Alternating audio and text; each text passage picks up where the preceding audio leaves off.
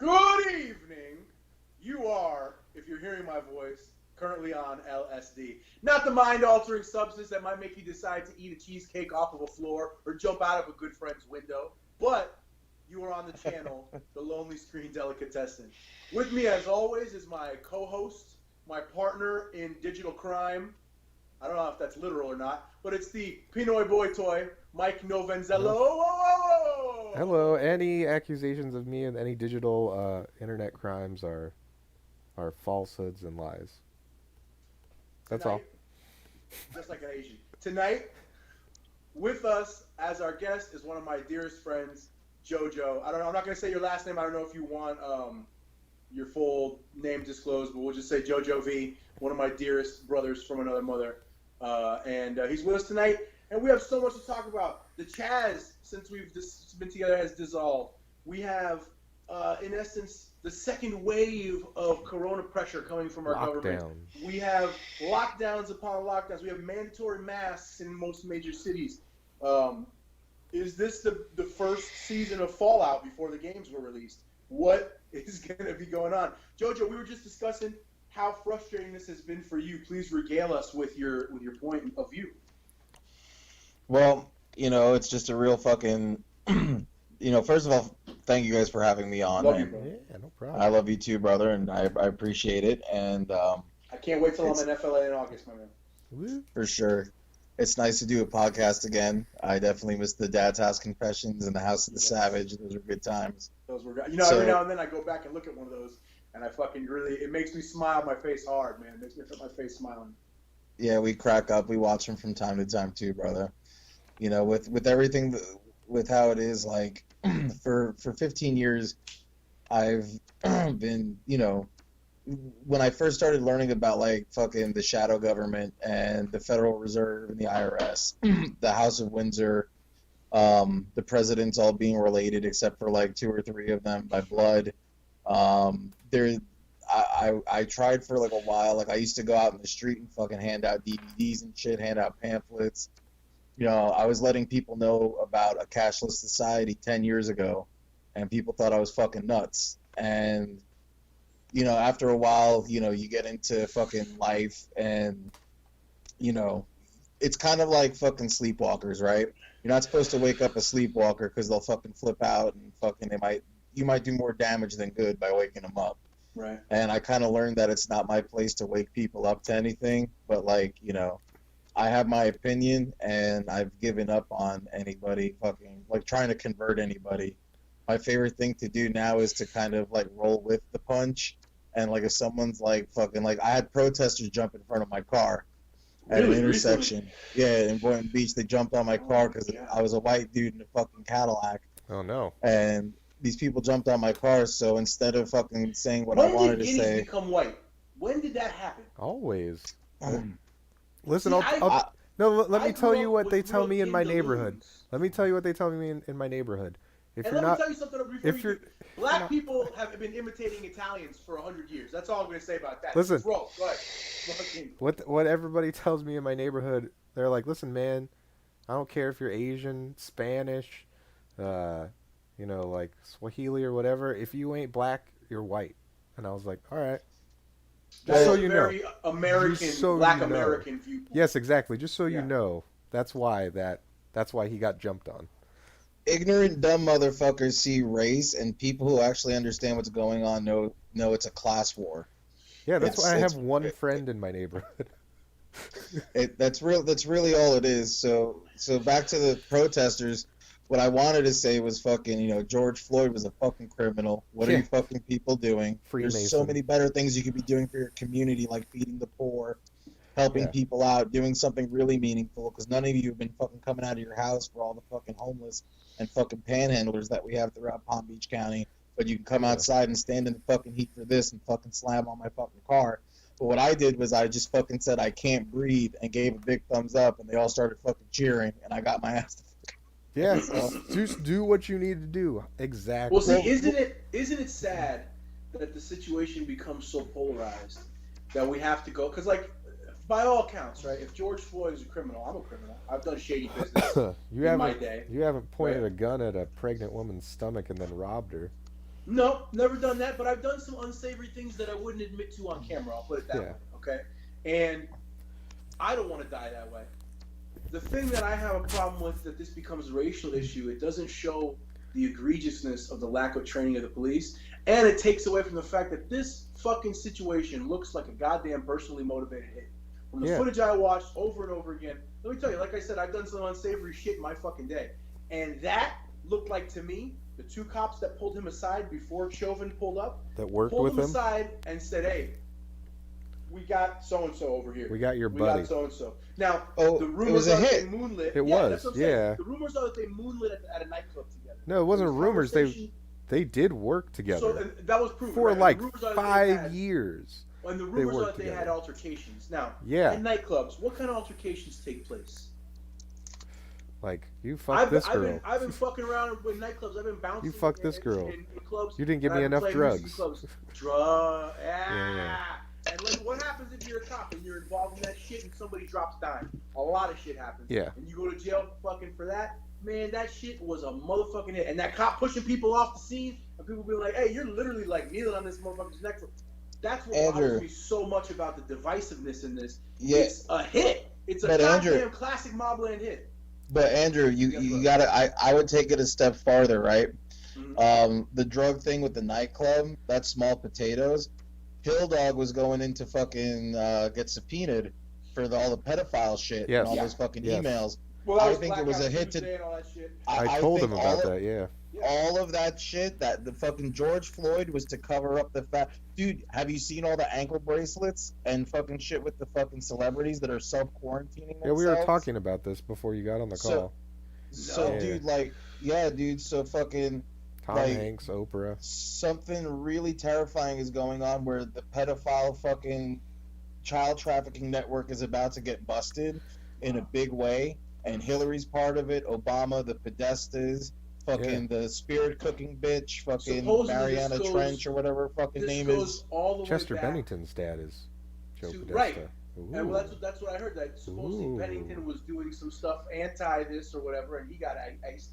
And then with Avicii and well, the other one that's very, very, very, very, very, very interesting to me about this Anthony Bourdain was going to fucking come out about it. Anthony Bourdain was going to come out about it, and then he hung himself. Quote. A fucking happy guy that got to travel around, get his Jimmy whacked, Let me tell you something. Eat food for a living. I don't know dudes who fucking do jiu-jitsu every day who ice themselves either. I gotta tell you that. Yeah. Unless they're guys who actually had like combat head trauma, like CTE shit. Guys that avidly train and love it, they're not a kill yourself kind of bunch. And like they're usually mentally strong.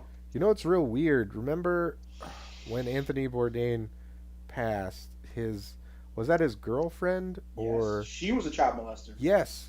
She literally fucked that kid she was in a movie with. She literally, and it got really blown over very quickly. Well, and the thing was this fucking 10-hour news cycle. Yeah, well, the whole allow things to take hold. Now, hold on, before we step away from the subject of George Floyd, the thing that no.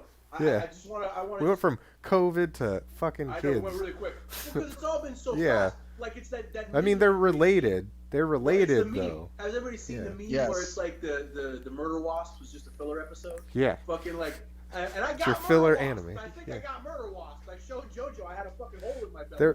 They're only in northern Washington. Well, I got nailed by some kind of wasp. It took like weeks for the stinger to come out. Anyway, don't lean over your deck. Hey, capitalism, I got a deck. No, but fucking back to the George Floyd thing. The thing that I also have a problem with is him being a criminal. It shouldn't be polarizing. Even criminals, like no matter what his robbery, whatever, attempted anything like that kind of execution is not what you're supposed to get. We're supposed to have due process in this country. So that's another reason I think it's a hit. But the thing that bothered me, I have a great respect for masterful orators, right? When you go back and you look at guys like Dr. King, Malcolm X, like real freedom fighters, you want to go back and talk about guys like Medgar Evers, real orators, right? I saw a fucking mural with Dr. King and Malcolm X and George Floyd. And I do think that, like, listen, if and I'm telling you two as guys who are my good friends, if motherfuckers kill me by kneeling on my neck, definitely burn their shit. Yeah. Definitely fuck their shit up. All goddamn dead. Okay? For sure. But at the same time, if I didn't cut an album that hit, don't put me on a mural next to Joe Cocker. I don't deserve to be there. You know what I'm saying? I didn't take a title. I don't get to sit on next to Fedor on the fucking wall. Okay? Yeah. Like that's the thing, that the meritocracy is gone. It's But gone. It's gone. at the same token, though, Andrew, when you're resisting arrest, you better not fucking burn their shit down. That was my fault. Yeah. That was my bad. But now I watched that video over and over again. I did not see resisting arrest on the part of George Floyd. I watched. Did that you video see? No. over. All people have only seen the 10 seconds that they fucking show you. I've watched videos from every angle of every building. I'll find the actual cut that I have and send it to you. I've watched the angles How long, across though? the street. I've watched in total consecutive over 15 minutes of footage on just when they moved him from the front of the actual area where he was pulled out of the vehicle to the secondary squad car. Not to mention the adjoining footage on cell phone. I've studied the fuck out of this in regards, because again, my experience, like if I'm going to say I have expertise in any world, right? I can sing my balls off and I know about subdual. I've been a bouncer, I've been in private security, I've been a professional kickboxer, mixed martial artist at different points in my life. These motherfuckers had him cuffed before they moved him across the street. Okay? He did not resist arrest, and even if he did, it was resisting without violence. It was like dead weight shit, because he dropped a couple of times, and it did not look like he dropped because of his own volition. I watched that footage over and over. So like, especially when it comes to these types of cases, I take a special amount of time to view whatever footage I can find in regards to the physical altercation, because that's the world I can look at and say, no, this is what's fucking going on.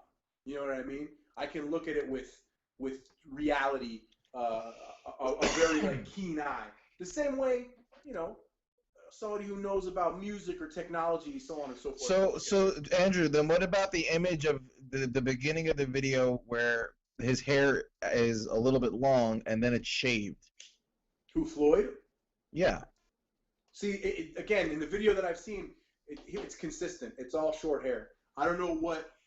I've heard of that video. I've heard of that. I've heard people talk about it in like chat rooms and stuff like that, but I've not seen any video where George Floyd's hair is different length in the footage I've seen.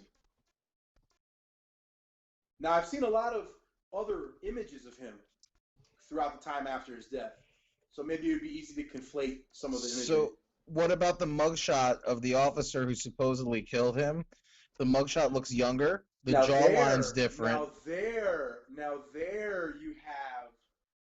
Now there you have my attention, because Big Ben Bailey from Cash Cab kneeled on that guy's throat by the look of him, okay? And fucking a young Boomhauer was in that mugshot. The jawline was completely different. That's what I'm saying. So, and it also begs the question: did someone actually die that day? I mean, neither of us were in the coroner's office, so it's all speculation on our part. Exactly. So that's why, like I said in the beginning before we started, I don't believe anything. Yeah. If I wasn't there, but I know what agenda is getting pushed. I could at least say that I know what agenda is happening right now. It's the same thing that they've been fucking working on since 1913 when they signed in the fucking Federal Reserve Act and sold our fucking country out to a private for-profit bank. The international banking cartel. That was England Yep. winning. That was England winning the long war. That really was what it comes down to. That's why Andrew Jackson was the best president ever, because they tried to do that shit. They tried to do that shit to him, and he fought the banks. He didn't just fight the banks. He fought the banks by himself with guns, with his own guns. And when he found out his vice president was working for the international banking cartel, he went right to the fucking Senate floor and he was like, yeah, you guys need to impeach this guy right now. And they're like, why? He's like, oh, because he's working for the international banking cartel that's trying to take over our country. And if you just don't do it right now, I'm going to shoot him. And he threatened to shoot him and anybody that he was working with if they didn't impeach him. And it's one of the fastest unanimous decisions that, you know, the fucking, that all of Congress has ever made. Like, and it's because Andrew Jackson was like, no, we're not doing this. We're not selling it. Like, and he was like kicking banks out. He was shooting Rothschilds in the face. like in the White House. Like he was. Yeah. I'm just learning more. The more and more stuff I learn about him, he was just going through personally killing everyone that was associated with the international banking cartel. And I was like, The lone wanderer. yeah, I was like, oh damn, man. People want to take a guy like him and say, they take that and push it aside again. Based on whatever agenda is being pushed. And they go Trail of Tears. He was that was bad. People. Listen, I'm tired of people from other times being held to the standard that we live by today. Because let me tell you, my father, one generation over, is a fucking nut. Okay, he's the kind of guy who'll beat the shit out of a kid and be like, "What happened? He was acting like an asshole." You know what I mean? Like, this is a generation, like my grandfather, who was a saint and who I revere. I'm pretty sure he hello? Pasted one on my grandmother. Yeah, am I here? You froze for a second. Or was that me? Yeah, you're Might pretty be sure he what? Well, I was saying, my grandfather, who I revere, I'm pretty sure might have belted my grandmother a fucking couple times. Yeah. You know what I'm saying? Like, that's just the way things were. Not that it was right, but we can't hold them to this fucking standard of understanding. Well, it's real weird. It's real weird with Andrew Jackson because, like, people try to, like, depict him as some kind of monster, but, like, he was literally, number one of the reasons that we're a country at all. Like, everybody talks about how good of a commander that George Washington was. Like, sure, Andrew Jackson won all of his, like, he literally was winning battles like the movie 300 exaggerated it. I mean, we're talking like a colonial Musashi is what you're talking. Yeah, man. Yeah. Like, he made his 300 men unit defeat 3,000 men British units. Because that was a thing multiple times over and over again throughout the colonial era. But in general, most of them were Andrew Jackson, and he did it with fear. Like you had a handful of guys. It was Andrew Jackson, Washington. There was like a couple of other guys. Washington was a large scale Washington also war genius though. No, he was like a genius as far as strategy goes. Had a strategic edge over a lot of people. Now, what's interesting about that whole time frame, though, is that's where you can see a clear-cut passing of the torch. It's almost like the English were boxing like this still. Yeah. In that fucking war. And fucking America kickboxing. Was like Roy Jones Jr. Yeah. They're fucking with his hands down by his side. Yeah. Left hooks and shit. But, like, Jackson would get things done with fear, but, like, very rarely would have to, like, well, listen, go through with Andrew it. Jackson, you're Filipino. Your guy's president likes to stab people who smoke. No, I mean, I only like him as friends of the family. But that's a different thing. That's a whole different.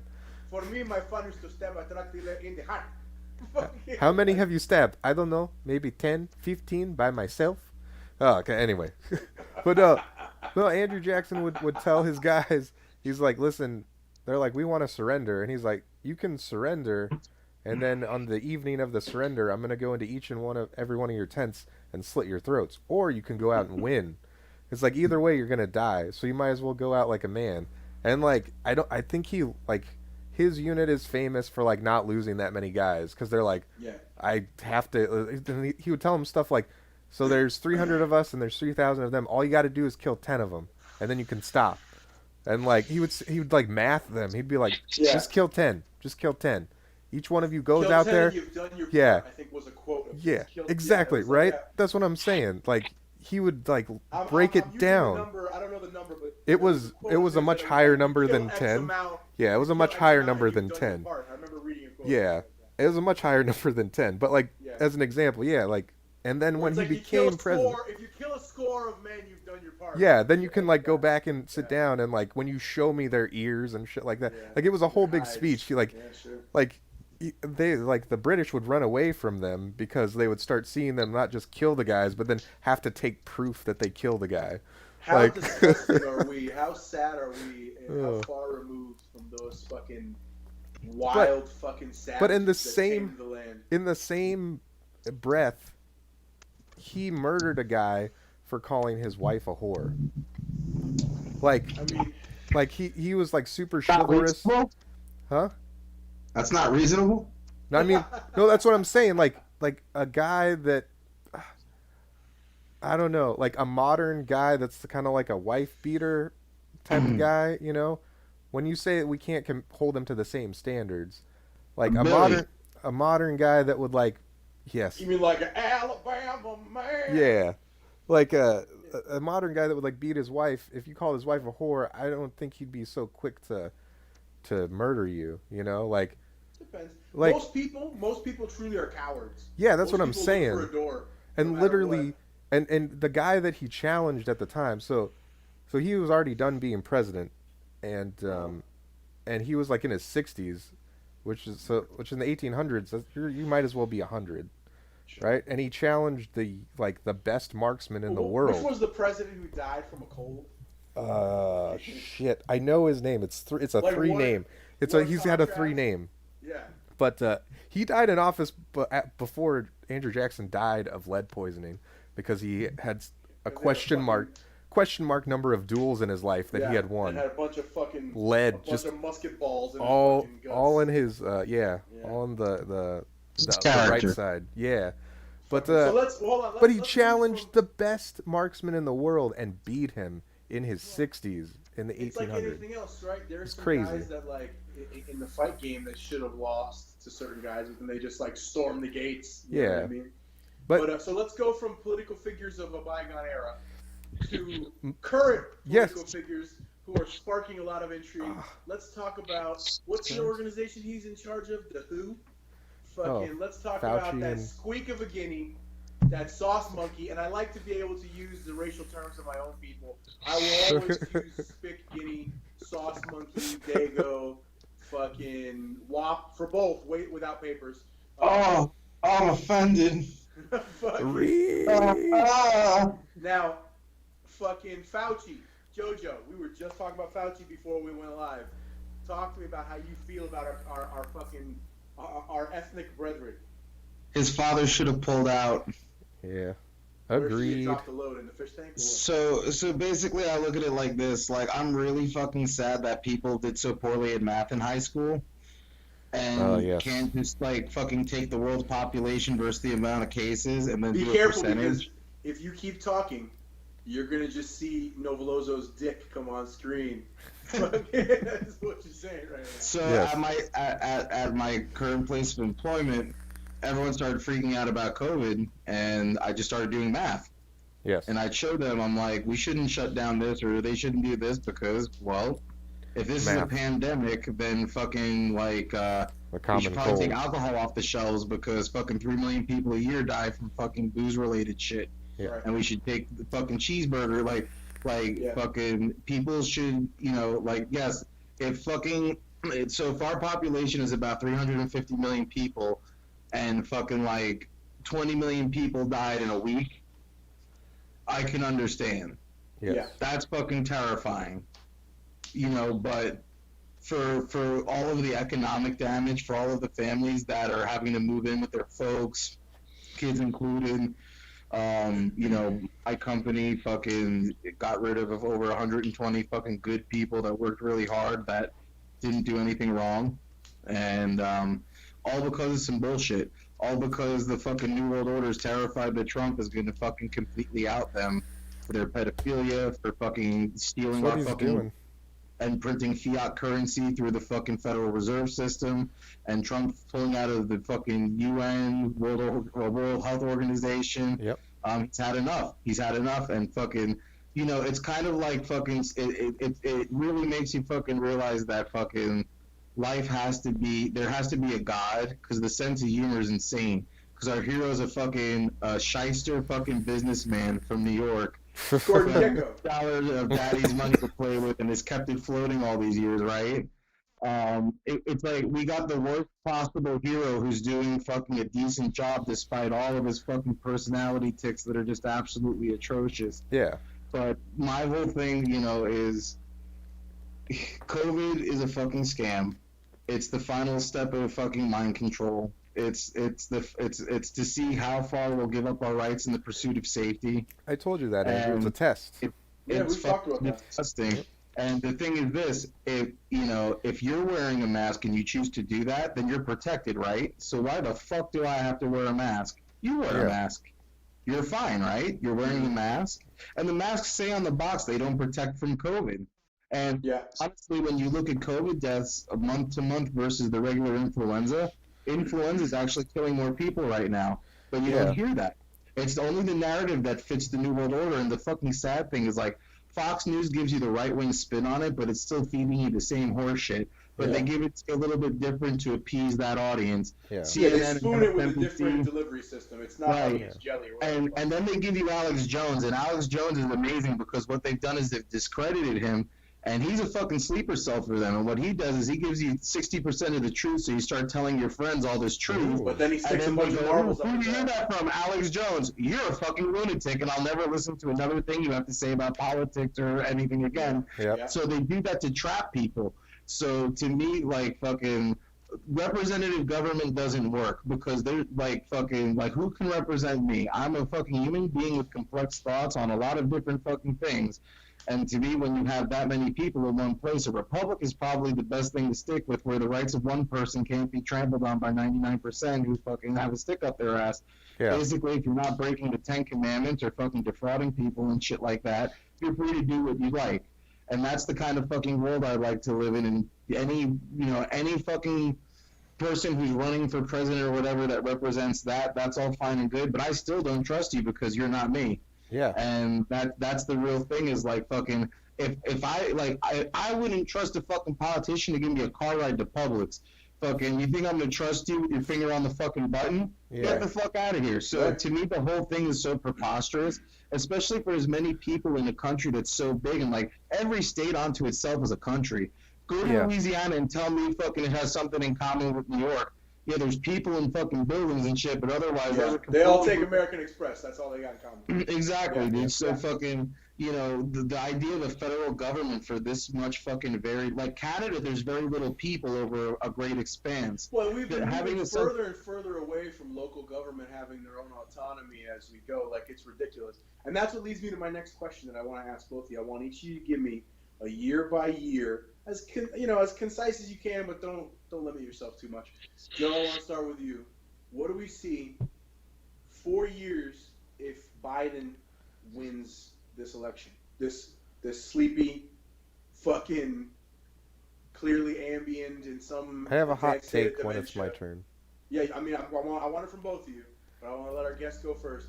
Biden, 4 years of Biden, year 1, 2, 3, 4, and what is the prospect in that fourth year for the coming presidency potential if Biden wins, and then we'll do the same for Trump after I get the points. So fucking cash will be gone, and they're gonna do it under the guise of COVID. That'll be something that'll definitely happen. They'll probably I know that Biden was against fucking cannabis, but as long as fucking like the big players like Altria and Marlboro, Philip Morris, as long as they get their fucking hands in it, or some big pharma, they'll probably legalize pot and fucking really tax the shit out of it, ruin the quality of it, take away the rights from the mom and pops and shit. And then they'll legalize it to try to fucking appease people and fucking, speak to the BLM fucking retard people that they try to say that they're for. And the other thing that's going to happen from that is a lot of the people that were Tea Party or people who maybe walked away from the left and walked right, and some of the more fucking like hardcore right-wing people, they might reach that point of contention as more rights get dissolved, because I'm sure guns will become an issue, because, Biden and that whole side, they're basically using the Marxist, Hitlerian playbook of take away the fucking weapons, mass mind control, propaganda, fucking 12 companies own all of the media that you see, and they're owned by 6 families. So, the end of 4 years of Biden, we will see fucking the verge of a civil war. And that's what I believe we're on the verge of is, I have a feeling that patriots are no longer going to be able to take this shit, and at the end of the day, once guns come to the table, I think that'll be the tipping point to where it's going to get really fucking ugly real quick. And I don't think any amount of food stores or iodine drops that you bought from fucking InfoWars or whatever is going to prepare you for the reality of having a fucking take the butt of a rifle to fucking some lunatic in your neighborhood and take their shit and fucking like, and that's what it might dissolve into. I truly hope that the riots got a little worse, honestly, because I saw a push. I told you they weren't real. But I saw a push, and I was hopeful it was gonna allow people to recognize that the Second Amendment is super fucking important for all of us. Because I don't consider myself right wing. Realistically, I think I'm more left, but I lean right on the second. I lean, so. You're center. It's cool. Yeah, I don't know what the fuck. That's the other thing. I don't care what the fuck somebody wants to tell me the fuck I am. I'm some guy. We already talked about this. We already talked about the riots. I like weed. I like gay people. I think if you want to get abortions, I'm fine with that because it's clearing up the fucking highway. So. But we already talked about the riots thing. I know you wanted them to get worse, but they weren't real because the riots that happened in West Palm that were half a mile away from the richest people in the world who were in West Palm on Palm Beach Island because of quote-unquote COVID, they walked the opposite direction. That's how I know the riots weren't real. If you want to complain about change and all the people... But is it that the riots aren't real, or are the rioters fucking dumb? No. It's whoever was the rioters are dumb, but like whoever was controlling the riots, because there's always some leader or a group of people saying like, this is the way we should march, right? March them towards fucking Target instead of across onto Palm Beach Island. Yeah, but isn't part of that because there's like, most of those fucking people are cowards and they're dopey? Like, because I'm trying to tell you, the rioters that are rioting in places where there's like West Palm Beach should be like the fucking like test case, or not test case. It should be like the fucking shining example of why the riots weren't really to accomplish what they said they were going to accomplish. Right, because the island wasn't stormed. Yeah, if it were real like revolution riots like they were claiming they would have fucking marched right across that bridge or right across the Flagler Bridge or fucking swam across the fucking intercoastal to fucking go eat those people alive. Like you say, like if you really want to make that change that they're talking about, you have to cross onto the island and kill everybody on that fucking island and then use all their money to go fly and hunt down their families and kill all of them. That's different, you know what I mean? Like that's what I'm saying. Like it's not real. The riots aren't going to get any worse. What you want to happen will happen when you see that happen.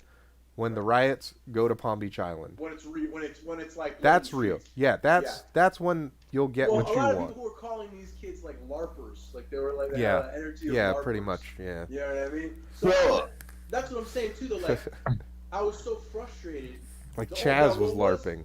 What was gangster as fuck was when they wrecked CNN. That was crazy. Yeah, and nobody that was like everybody. Like I don't like Killer Mike's stances on like the current thing, but like he was like, hey man, I like CNN, but you guys deserved it. Like that was great, that was good. Like even the what I don't understand is if I was in the people's shoes and if this was truly legitimate, the only place that I would tell my people to march to and to go to are the sheriff's office, police departments, government buildings, governor's mansion, the mayor's house, Target.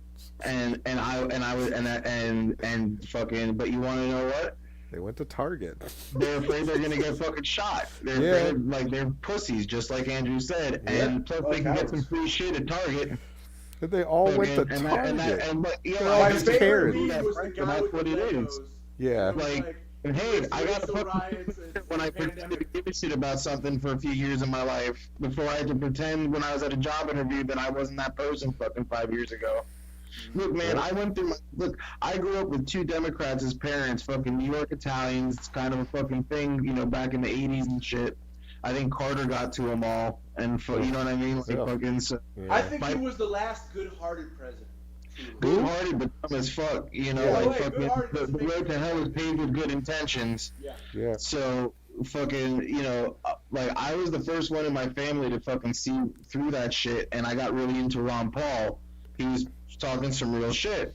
And so I showed Ron Paul to my mom, and she thought I was fucking nuts. My dad, if Obama would have unfurled his fucking long bronze sheath, his fucking cheesy foreskin and fucking that smelled like little boy poop, my dad would have sucked that shit fucking clean. That shit would have looked like Michael Jackson's fucking face skin. Oh god. Brilliant white. Fucking like, and that's the kind of fucking environment I grew up in. And it was like people who were like super, like my dad thought Bernie Sanders was like the white Bob Marley. That's Like fucking, That's no, did you hear him do hilarious. Steer It Up? Like fucking, my dad loved fucking Bernie Sanders. See, I grew up in a Reagan house. I grew up in a, like, my grandfather was like, Ronald Reagan. That's who it was like football. It was like, that's who we're for. Ronald Reagan. How come we're rooting for Ronald Reagan? Look at Dukakis. He's an asshole. Like, So- that was the fucking, like, that was it. Yeah. So two things Or real Bush, quick. rather. Bush and Dukakis. So I want to go real quick, and then I want to get into my hot take. Yeah, I was saying. So, those 6 families that control the media that you were talking about, Joey. So, like, you know how those 6 families and a lot of like politicians go to that spot in the redwood forest in Northern California. is that where they worship Molech, Yes. the owl Yeah. god? The So, cremation of care. I so, was down there. I was there. so these two things are related, right? So I'm from Northern California, and my great grandfather started the Filipino Legionarios, which is the largest Freemason group in Northern California, and they fucking guard that place when they're not doing that meeting in the redwood forest. And Wow. also, yeah, my great grandfather was like friends with Kennedy and all that shit, and he would tell me all the time how they cheated to get him all the votes in Northern California. But yeah, just a little quick thing, like, so like when people talk about like I don't know if some of this stuff is real, I'm like, at my great grandfather's funeral in like a small town in Northern California, there was like very rich and powerful people from all over the world there. It was really weird. We were in a small, like, it was family only in like the small service, but then like there was like a parade like for him when he died. There were like the Shriners driving around with like their masonry symbols everywhere. There was like a float. It was crazy. We had to go sit and talk with all of these old guys, and they were like fucking calling me. They're like, "Oh yeah, you're the oldest one of this generation." I'm like, "Yeah." They're like, "Yeah, you're the next guy." And I was like, "Oh no, I don't know what's going on." Like lots of old creepy white men. So like I've sat at the table with some of these people like when I was a small child. Like that shit's real, man. Like those people go there and like when Alex Jones released that video, I'm like, "Oh, I've been there. Oh, that's not good that I've been there. Oh no." Like I don't know. I don't like these places, you know? It's real weird. It's fucking weird. So my hot take, though. Yes, give me your 4-year analysis of a Biden presidency. Biden won't be president at all, even if Trump loses, because in October something's going to happen to Biden. Like, call it COVID, call it an accident, call it sudden death, and since the DNC has already come out and said that it doesn't matter who the Democrat people vote for. Yeah. Like the DNC is just going to pick whoever they want, and Hillary runs the DNC, so she's just going to appoint herself as the candidate run, and then she would win. Biden's not going to win, and then everything that Joey said is going to happen, plus every like worst case scenario you can imagine, like that, like she's going to ramp up everything faster as if she had won in 2016. That's my hot take on. You don't think they just stretch, Biden's just they don't just House of 1,000 Corpses fucking Biden's no face Biden's onto a fucking robot? Biden's a filler. Biden's a filler. Is he already a robot? He kind of looks a little fucking. So if you believe the conspiracy theories, he's already like resurrected. Like he's already a zombie, and they're just pumping him full of like fluids to keep him running. Well, That's a little extreme. From adrenochrome. Yeah, adrenochrome, but like he's already passed, and they kept pumping him in full of fairness, so didn't much. He have like a fucking little fucking like. No, he's for a got heartbeat? he's Fucking got he's got something even better. I think he's got like a 10-year-old Indian boy's heart in his chest or something like that. Yeah. Like literally Kenyan runner. Kali Ma shit. Like Yeah, fucking Kenyan runners fucking heart. yeah. No, like so. It's I just crazy, don't though. think it's gonna happen. Biden can't like. Okay, there's no way. Now, the inverse. Yes. Start with Joey again. Joey, a Trump victory. What are the chain of events? What do we see? What do we experience as the American people in that next 4 years of Trump? Well, here's the fucking the issue, right? There's a lot of people that think if Trump wins, everything's gonna be fucking everything's gonna be fixed and shit. Right. He's gonna drain the swamp. It's gonna be rough. An assassination. I definitely foresee that. I also, if that doesn't happen, I foresee more riots and more pushing COVID stuff. for, basically to force martial law. And, but he won't do it. He won't do it, but they'll try to impeach him to say that because he's not enacting Because he martial won't law. do it. Yeah. People that he's incompetent to be the president. In other words, they're going to keep putting him between a rock and a hard place, and they're going to play chess. Yeah. Because that's what he did with Chaz. Fucking Chaz was chess. And you know what's funny is the minute Chaz started, my girl's like, Trump's going to fucking go in there with a tag of blah, blah, blah. Or maybe it wasn't my girl, it was one of my coworkers. Yeah. And I said, nope, he's going to fucking let them show their true colors, and he's going to sit back and let the thing implode. And then he's going to be like, well, they got what they wanted. That's the fucking society they want to have. That's what it looks like. A month later, I was right, and I was like, see, dude, like, it's a game of chess right now, and they're dealing with a businessman, and they're dealing with someone they can't bribe. Yep. That's the biggest thing. They can't, and he's the type of dude. He's also, we're gonna fucking kill your kid. Like, yo, Trump, we're gonna kill Barron. He'd be like, kill him, go ahead. Think I care? I can have it in a weekend. Yeah. Oh. I got balls. Wait. Real quick with Baby Barron. balls. Real quick with Barron. Joey, have you seen that Barron is a time traveler? Yes, I've seen that one. The Adventures. There's a fucking book from the 1800s or some shit. The Adventures of Baron Trump. Yes, that literally outlines his that he's the protege of a guy named Donald who becomes the president of the United States. The book's 100 years old. And this lends to my thought that the fucking Large Hadron Collider tests years ago blew us into a fucking fucking reality, and we're stuck between a couple of different ones, and shit's all bleeding in. We're like in a fucking Venn diagram of realities. No, if anything, Nikola Tesla did it. Like, he made one and accidentally did that way back when, because that's the theory. Nikola Tesla, he made a time travel device. Maybe that was the first one, and shit started getting weird. And he went back. The Swedes fucking really. Yeah, he went back. He went back to France to find his ancestors. Swedes, or is it Swiss that did the large hadron? It was Swiss, but America made a real one the size of Texas in the 50s. I've talked to you about this before. Yeah. Yeah, and it didn't get funded, and, like that episode and the of Rick funds and Morty were missing. The funds were mysteriously gone.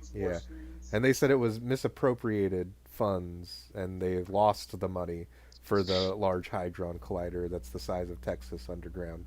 It's beneath Texas too. Anyway, Tesla goes back to France to look for his ancestors, and he teaches little baby Baron Trump how to use the time machine, and he goes forward and is Donald Trump's great uncle or whatever. No, it wasn't Nikola Tesla. It was Nikola Tesla made a time machine.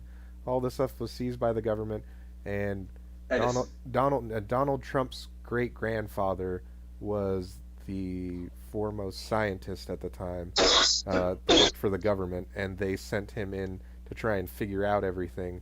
He apparently studied Tesla's diagrams for like 5 years and said, "I can't translate." He sent his son? Yeah, I can't translate anything, so I give up. And they were like, "Oh, okay, you can't translate anything." He was probably, the theory is like he probably wrote everything down and made his own time machine, and then he took it back to go get his great uncle to come forward or whatever. But I love Baron Trump's The Time Traveler stuff. It's great. And and then they play that one song, fucking "It's the Power of Love." Yeah. Fucking like Christopher Lloyd was there. I love that fucking one, man. Dude, I fucking love that shit. And did you know the sequel to The Adventures of Baron Trump is The Last President of the United States, right? Oh, that's funny. Yeah, but it's not bad like the title sounds. It's like It has Donald Trump being the last president of the United States in the way like this is the last president like this of the United States. Sure. And then after that, it's like better men and women are the politicians or something like that. So after Trump, I think what's going to really happen is they're going to build a sentient, ultra smart computer, and it's just going to fucking run house. It's going to kind of be like Hitchhiker's Guide to the Galaxy. Yeah. You're talking about Mr. House in New Vegas. Yeah. Yeah, right? I wouldn't be surprised if Bogans landed anytime soon. Yo, so this kind of all What's runs. Elon gonna be doing in all This all he already that's a robot. Can Elon already lives on the Elon, moon. Kanye? Can we have Elon already lives on Kanye? the real Elon already lives on the moon. That's his They're like, his that clone. movie. What was that movie with the guy? What? God damn it! Well, that's What's that actor? Oh fuck! It's called Moon. Fucking, Oh. Where he's up there Yeah, alone. yeah. Fucking the walking around, great he's dancer, alone. the dancer. He break dances Alright. really well. He's a good actor. Yes, but I hope he doesn't fuck kids. Okay, moving on. no. So my Does Tom Hanks fuck kids? wait, Yeah. my Trump 4 years take. Oh yes. Go please. So I thought it was gonna be identical because the last one I mean, was too. I pretty much agree. No, mine was way different. Mine was Biden's dead. Biden's not gonna make it. No, like Trump, like I think like it's really dumb. That's why I was referencing the Baron Trump time traveling thing, because if you read the Last President book, it's about like dismantling the government the way, like he is like doing getting rid of the pedophiles and shit like that. And I think he's gonna do that, and it's gonna start some like little weird political I was gonna say, when like is this war. gonna start that we're gonna actually start to see? Because like This is a kid fucker. This is a kid fucker. Well, he's this hinting is a at that. Piece of shit. He's hinting So at what- that. He's been hinting at that. When are we gonna start to see, like, definitive, like, hey, we got a bunch of kid fuckers and we're chopping their fucking heads off? Yeah, I mean, he's hinting at doing that. Like he's been hinting at doing that for like a month now, and I think it's like to show like either to guarantee him like an election win, or If he legalizes weed and kills all the kid fuckers, I'll fucking. I mean that's what he's hinted at those two exact things. He's like, yeah, man, I'm gonna kill all the pedophiles and fucking make weed legal and a bunch of other stuff legal. But regardless, still like he's like hinted at all these other things, and like it's either just a way to get him like elected for sure, or like, I mean, like the chances of him not getting elected again are really low. That he's gonna like the chances of him losing are very, very low. Well, I mean, they ran Like- Biden against him. Like, what the? That's fuck what are I'm they saying. thinking He's about? just a skin puppet. Just fucking nothing. And like so I either can't wait he's for the debate. I cannot wait. I know. cannot It's wait not to that's see not going to the go debate. the way that's not going to go the way you think it is either. But I think they're gonna ice Trump. what do you mean ice? Oh, they're going to fucking kill him? Fucking No. The wing is gonna go one way. The head is gonna go. Yeah, they're going to try. I don't think they're going to though, because You think it's the gonna be last Vegas time style where he takes the third no, gate in the fucking wing? they're going to try like they're going to keep trying to Nixon him, because Nixon literally like finished all the things that the fucking Kennedy administration started, and they didn't fucking like that shit, and they knew they couldn't kill another president, so they just impeached him. He also did a bunch of other like shady shit for personal reasons, but like every president fucking does that. But and that's like Nixon's a weird case of like they didn't want another Kennedy, and so they just impeached his character, which was not like I mean, and by today's standards, he would be an ultra liberal, which is the other crazy thing. That why liberals don't like him too. Is I don't understand. People don't change. Like, they just move the lines back and forth. Yeah. Every few fucking years.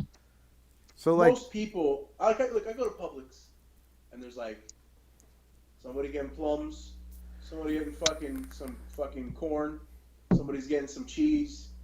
They're all different people, all different. Like, there's no fucking race fucking tension whatsoever. Like, yeah, I don't understand. Walk around where my it all neighborhood. came from all of a sudden. Well, I don't know. Walk around my black neighborhood. Anyway, I'm 300 and fucking change, and I'm fucking Yeah. big old. I never have a problem. I don't know. black women love me in this neighborhood, but that's a different story. Well, obviously. Yeah, no. I mean, I'm a little aroused. I gotta be honest. No, Andrew wasn't lying, bro. You told me, Andrew. You told me you were a Filipino hot boy. They say no. They just love me because my wife's black and I got a black son, and they're like, "Oh, he's great," and I'm like, "Yeah, hi." Everybody's real nice. People always think my daughter's mixed with something. I guess she is mixed. She's half a Cuban, half a Jew. Dude, like we were talking. I didn't notice what you were talking about, Andrew, until you told me that. Like, what's that? That like a black woman sees me at like Publix or Walmart with my son, and they're like, "Oh, hello," and I'm like, "Oh, hi." Like I'm just like ignorant and innocent, like, "Oh, hello," but they're like, this. I was holding Nikolai, and I was down looking, with the swirl, man. dude. Yeah, Man, I was looking at Nikolai, or I was holding Nikolai, and I was looking at candy in the candy aisle, and we were pointing at candy or whatever, and this black lady passed me, and then she pulled back. And she was like, "Oh, you looking at this now? You got me looking." And I was like, "Okay." And then I looked at her, and she wasn't looking at the candy. She was looking at me, and I was like, You're down with the swirl, I was man. like, oh, I gotta go. Energy, bro. You got that energy, bro. You know what's funny too, man? I love how generations gorgeous. people are more comfortable with different shit. Like older black women straight up ask me if my daughter's mixed because she has very, very curly hair, and she gets tan like I get tan in the summertime, and I'm Cuban and Italian. My wife's Moroccan and Russian. Yeah. And fucking, so she's some kind of mix. Fucking like and fucking they older black women, older white women straight up ask you. Yeah. This generation, us and younger, they just look. They like. Oh no. You see them try to wait. No. Younger black people will ask me all the time. They'll talk to me. Black people are more comfortable asking that kind but of shit. But they're also more comfortable with being very racist to me and my wife because like. I don't know if I ever told you this. One of the funniest things ever. It was funny to me. My wife didn't think it was funny when I told her what was happening. But like we went to Denny's when we first started dating, and there was this real old white couple, and the old guy was like, "Ugh, disgusting. Should stick to their own." And I was like, oh, "Fucking old racist white guy." Young black couple come in, sit next to them, and the black guy's like, "Oh, that's gross. They should stick to their own." And the old white guy's like, "That's what I said." And then they had a great conversation about how they were both terrible racists, and they didn't agree with us dating. And I was like, people who feel that way. My dad was really weird about me marrying a Jewish girl, and he was like, "You're gonna have to convert." I was like, "No, neither of us fucking care. Yeah. Neither of us are religious." And he like couldn't. He was like, "It's not the same values. It's not the same." I'm like, "You fucking we're humans on every one of your wives. What are you talking about values? What kind of fucking like? We're humans. What are you talking about? Like, fucking the ones you didn't cheat on get slapped." Yes, fucking. More division. Yeah. But okay, so we were talking about stuff, things. Trump. Yeah, Trump. Trump. So there's one thing that I see that he's doing too. He's when I don't know if you ever saw anybody interview him about Bitcoin when like in 2010, 2012. No. He was like, "I don't think much of it. It doesn't seem real to me." He's like, it seems kind of like, and then he described he literally described like a Ponzi scheme that he ran and got sued for, and then was like, "Yeah, it's kind of like that." And I was like, "Okay." So he doesn't like that. So which is good. So let's segue this into the digital currency thing. Okay. So I have a push towards the push towards society. that. Yeah. So I don't agree with it, but if you were to do it, which is how they're going to push it, they're going to push the blockchain style digital currency, which is actually. What does that mean? I don't understand that one iota. It's a very secure way to send digital fiat currency, right? Switching over from our current fiat to... All I know about fiat is that I had a Jeep with a fucking Fiat engine. It was a piece of shit. Yeah, Fiat makes terrible cars. They make terrible cars. Stick to fucking lasagna, you fucking sauce monkeys.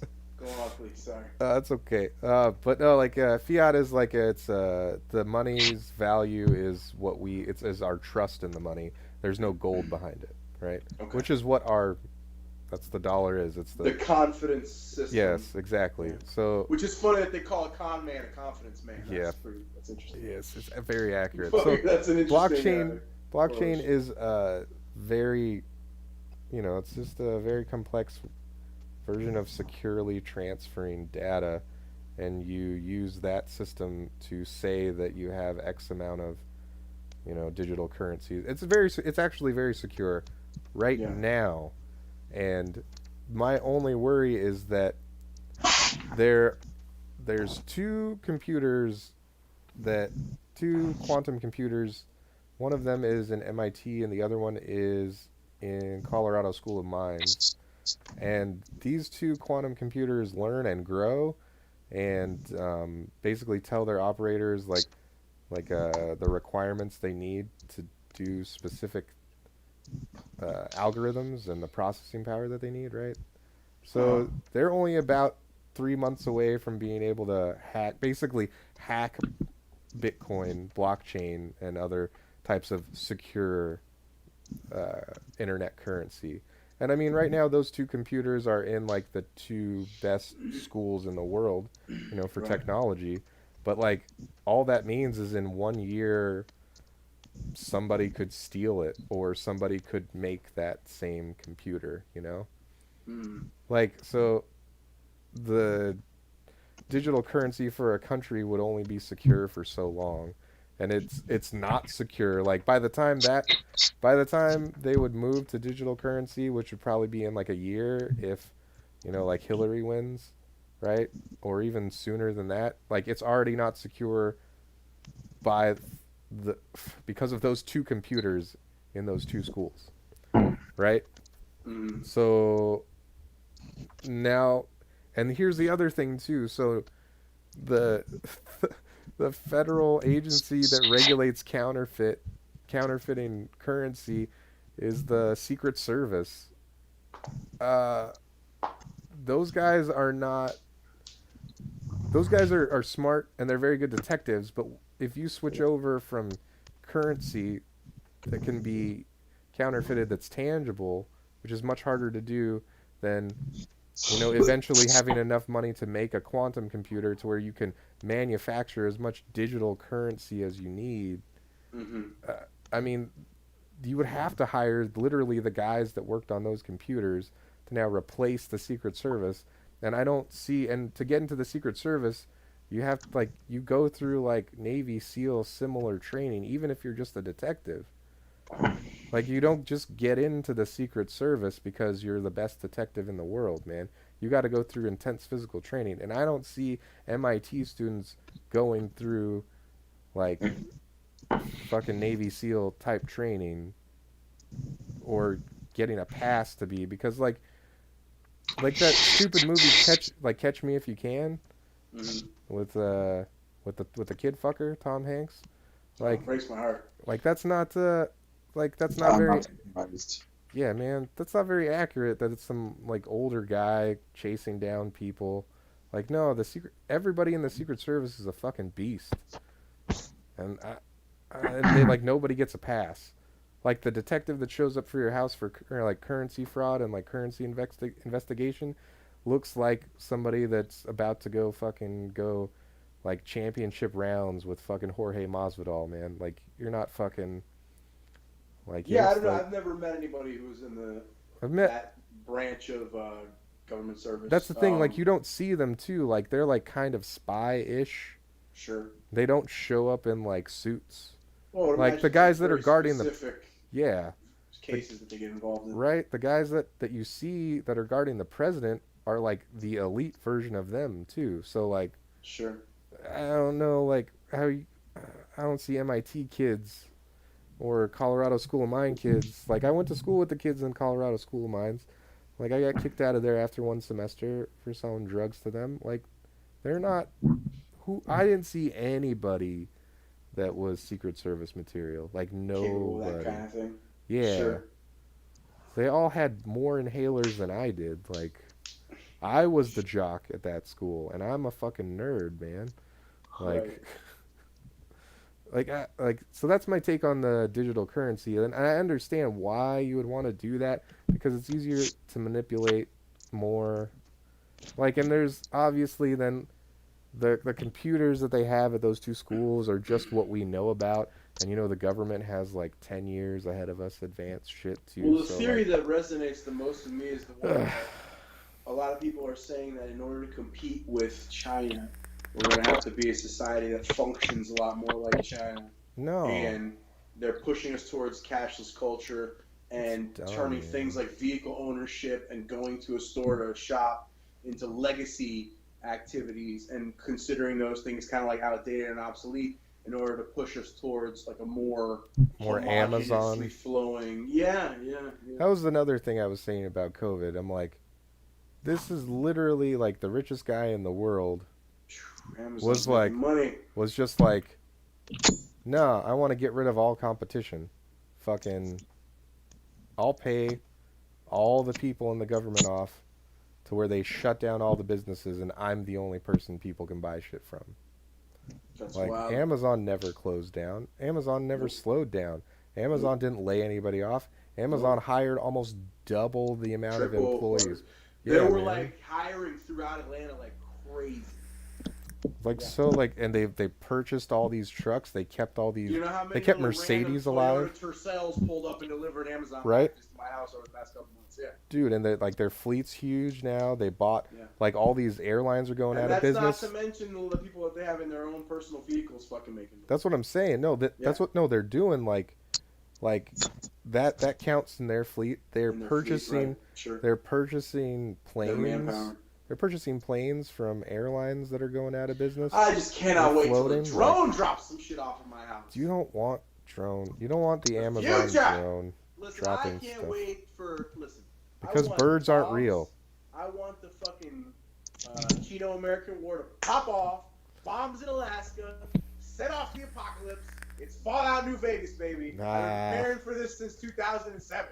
I'm fucking ready. No, that's like it's really not going to happen like that because America doesn't. No, America doesn't do that. They fight on other people's land now. We don't fight on American soil anymore.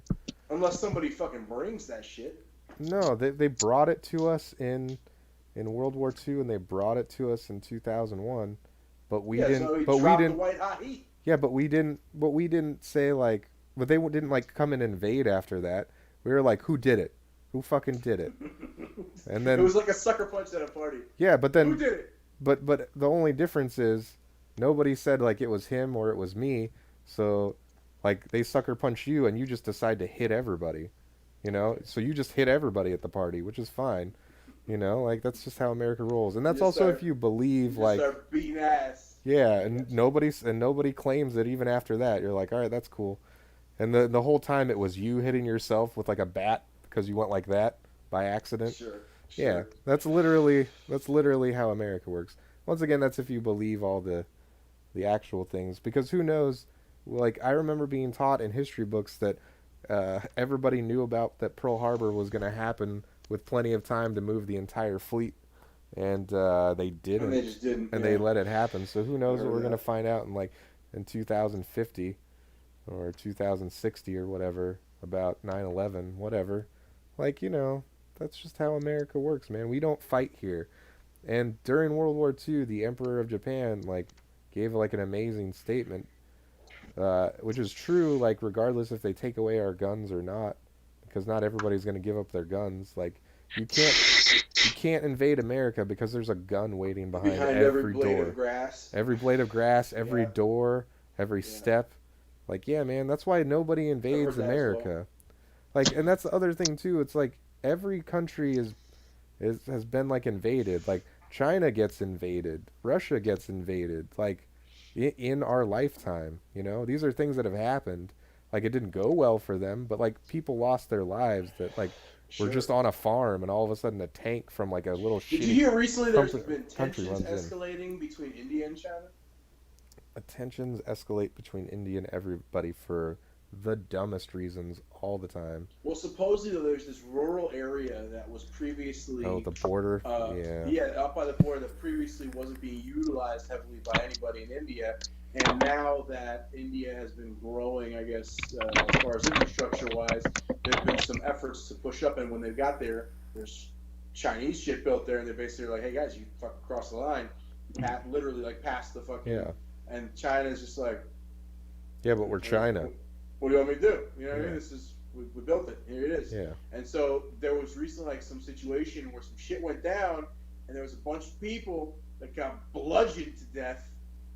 Fucking, and there looked like there was like, and it was in a rural mountain area. Yeah. But it looked like there was like a hand-to-hand kind of like war scale, like platoon, like units of guys that went clubbing, like fucking went ham on each other because they found bodies of both factions and shit. Oh damn.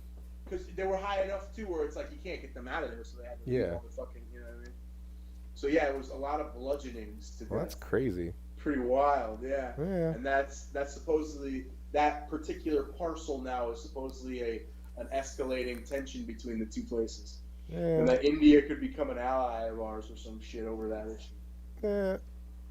I don't put too much stock in that. I told you, like, when I ran my little business, I had to go to Iraq a couple times, and like their military would tell me like they would find like a gold mine or something, like discover a new vein of gold, and they would try to come back with equipment, like government equipment, to mine it, and they're like, this is enough gold to, like, you know, help us, you know, give our currency weight.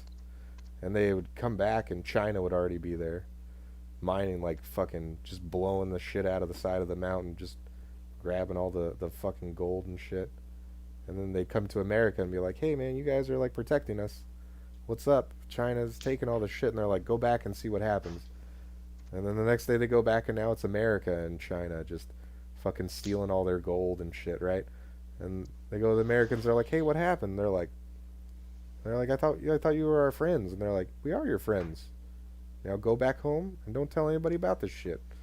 Like, oh, poor, like, Iraq is fucked, man, because like China and America just literally, like, governments are just classic mafia shit. Like, yeah, the man. older I get, the more that's all it seems to fucking be. And that's why when people are like, China and America, tensions and all this shit, I'm like, China and America go from country to country stealing all the resources together, and it's literally like you were saying, like those are like the two dons that are like sharing the territory, and Russia's like their trigger happy son that they have out of like wedlock together in some weird way, who's like, oh no, that randomly goes like, fuck you dad, fuck you mom, you know, like that's just literally, and then like pops off, and then both of them have to be like, hey, settle down kid, you're not that big yet, you know, like you'll run the family someday, but that day never comes, you know, like it's just this fake charade of China, Russia, and America when they're all the same family,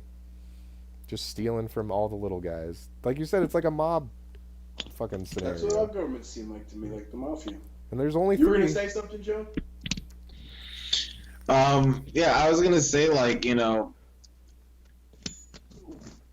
to me, like the craziest thing is all of these countries have in common these child sex trafficking fucking, yes, like that's a big, like, when you're talking about the resources, right?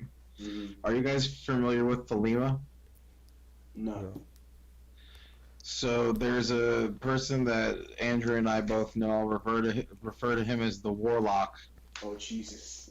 And he invited me to this weird ceremony that he was into a long time ago, and it was the religion Thelema is based around a book called The Book of the Law by Aleister Crowley. Oh yeah. It's basically like true Satanism.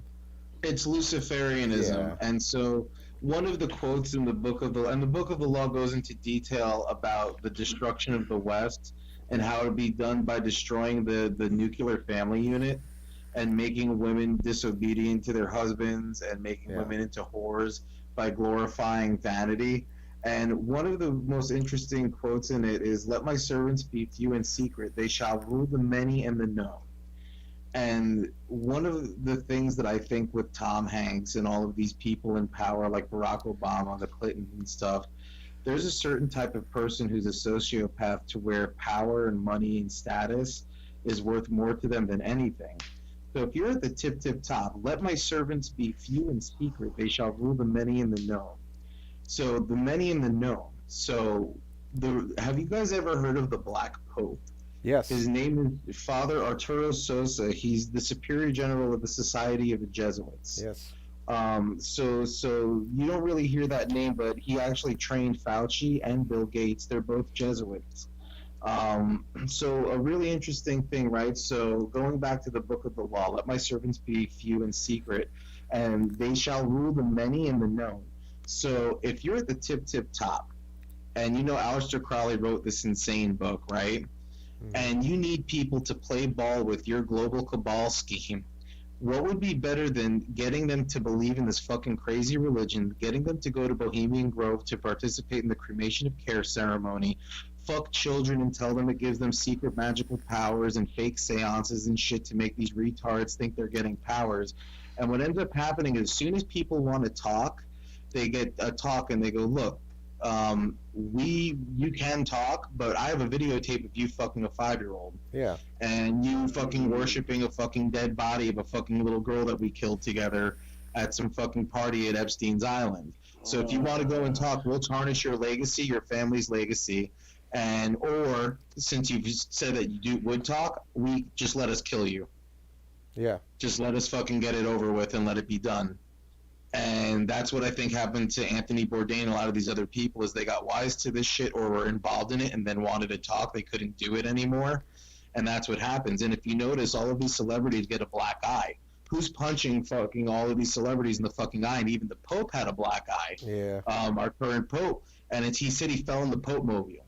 Bullshit. Dude, the Pope, fucking the What kind of black guy? Yeah. Yes. There's a you can look it up. Got a pretzel and fell. Yeah, celebrities with black eyes, Will Smith, all these people. Who's punching Will Smith in the face? Yeah. Right, and it's a part of an initiation. I know. So what would be better fodder if you were like the 6 guys ruling the world, right? Then you gonna get all these power hungry fucking sycophant fucking sociopaths to worship this fake religion, make them do heinous shit in the name of this religion to get more status, more power. They get promised, CEO positions. They get promised political offices, presidencies, and they get to fucking go to Bohemian Grove, to this Trilateral Commission, to the Bilderberg meetings and all this shit. And they get to play this game, but meanwhile, these 6 guys are just sitting back and enjoying the ride while they take all the gold. And they fucking live this anonymous existence where all they are is 6 really smart dudes playing chess with human life and having a fucking ball. And to me, like, we can fucking talk about China, this and that, this politician, that politician, red, white, blue. Our politics and government is Raw versus SmackDown. Vince McMahon owns it, and you barely see Vince McMahon, right? Yeah. And Vince McMahon really doesn't own it. They're a public company. So a bunch of faceless fucking board of directors and investors actually own the WWE. And that's what we have now, is we have investors in the Federal Reserve and in the fucking Jesuit school and fucking, these people that you don't see in the daylight, and they give you fucking Barack Obama. They give you this person and that person, and they're the fucking scapegoat. They're the one that you like, and they like to be the puppet because they have the power. They're getting off. They're getting what they fucking want. And to me, like, until we fucking address this as the root of the problem, everything else is like having a cancer and just like taking a little bit of it out. Yeah. This is like finding the full tumor and saying we need to fucking extract this, come to terms with this reality, and fucking murder these people by guillotine on fucking pay-per-view and set a standard that we will not fucking fall into this shit again. You can't do me, pay-per-view. fucking... You can't do pay-per-view because you're murdering the people who are getting the money from everybody paying to watch them be murdered. Joe Rogan will buy fucking TV. There you go. He'll take the Spotify money and he'll fucking buy the airwaves. So I've actually told Andrew this. Like, I think the only way you could do that is like play the game to get to the top, right? like just roll with all this shit and do whatever they want you to do to get to the top, right? And then blow it up And from then the inside. and then blow like it up Darth from the Vader. inside, right? And I hope, because like we were talking about Trump's like rounding up all the pedophiles and shit basically, and all he does is all of his stupid quirks, and like holding the Fiji water bottle the day before they went and broke up that sex trafficking ring in Fiji, and drinking it all weird, like so you could clearly see the Fiji thing, like all that shit, and everybody makes fun of him for that shit, and then he never does it again. Like it's he's just giving you like clues to like what he's doing. I hope that that's what he's doing, where he has just been playing the game his whole life, where like he's like, Give him this that is, much credit? I mean, he's much smarter than the people that hate him think he is. Like he's much smarter, and like and he was literally born into this with his dad being a part of this crazy system, and when he virtue signals, it doesn't feel like virtue signaling. I feel like he's like actually saying like he doesn't like this type of shit, you know?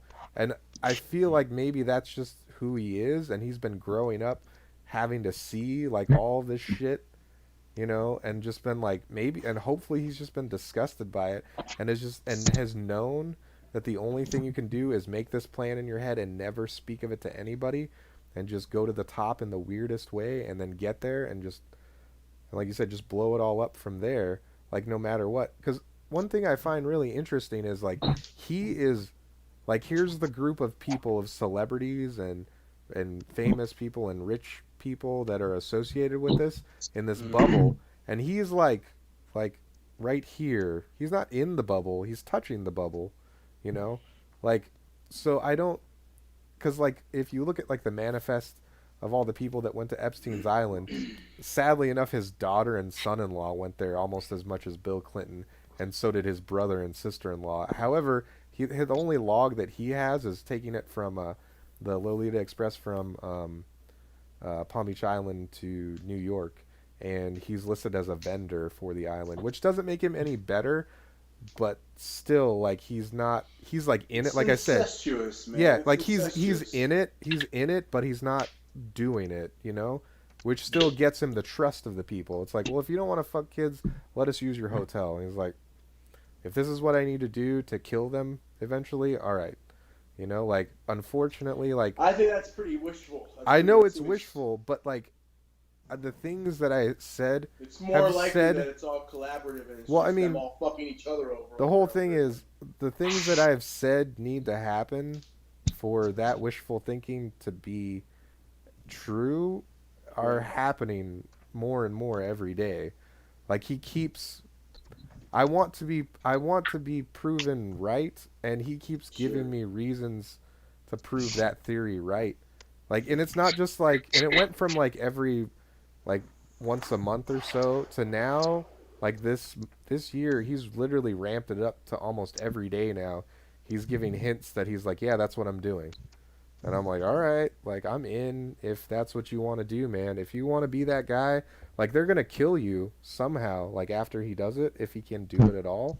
Like, the people that are left over are just going to kill the fuck out of him. But, like, if he can break it and then die, like, I'm all right with that.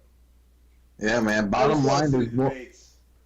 Yeah, I mean, bottom line, more child sex traffickers have been arrested under Trump's fucking 3.5 years of presidency than any other president combined. Than any of them combined. Like, so Trump fucking, for better or worse, he, you know, to me it's all about priorities and shit. The wall's fucking dumb. I don't care what any fucking body says. Just whatever. The wall is a dumb idea. The wall is the dumbest fucking thing. But going after pedophiles, great idea. Pulling out a who, great idea. See, I think the wall thing that he pushed so hard was misdirection, so he could go and do that. Like he arrested like 300 pedophiles like last month, right? Something like that. But like for 2 years, who are they? It's just like a laundry list. Like, a lot of them are on house arrest. Like Joey was saying, you see all the celebrities with the ankle bracelets on, like fucking Oprah, and like Will Smith. Ellen just got hers off. Did you see that? Do you know why? That's another thing. Dude, I don't think Ellen was doing the things. I think she was like their mouthpiece.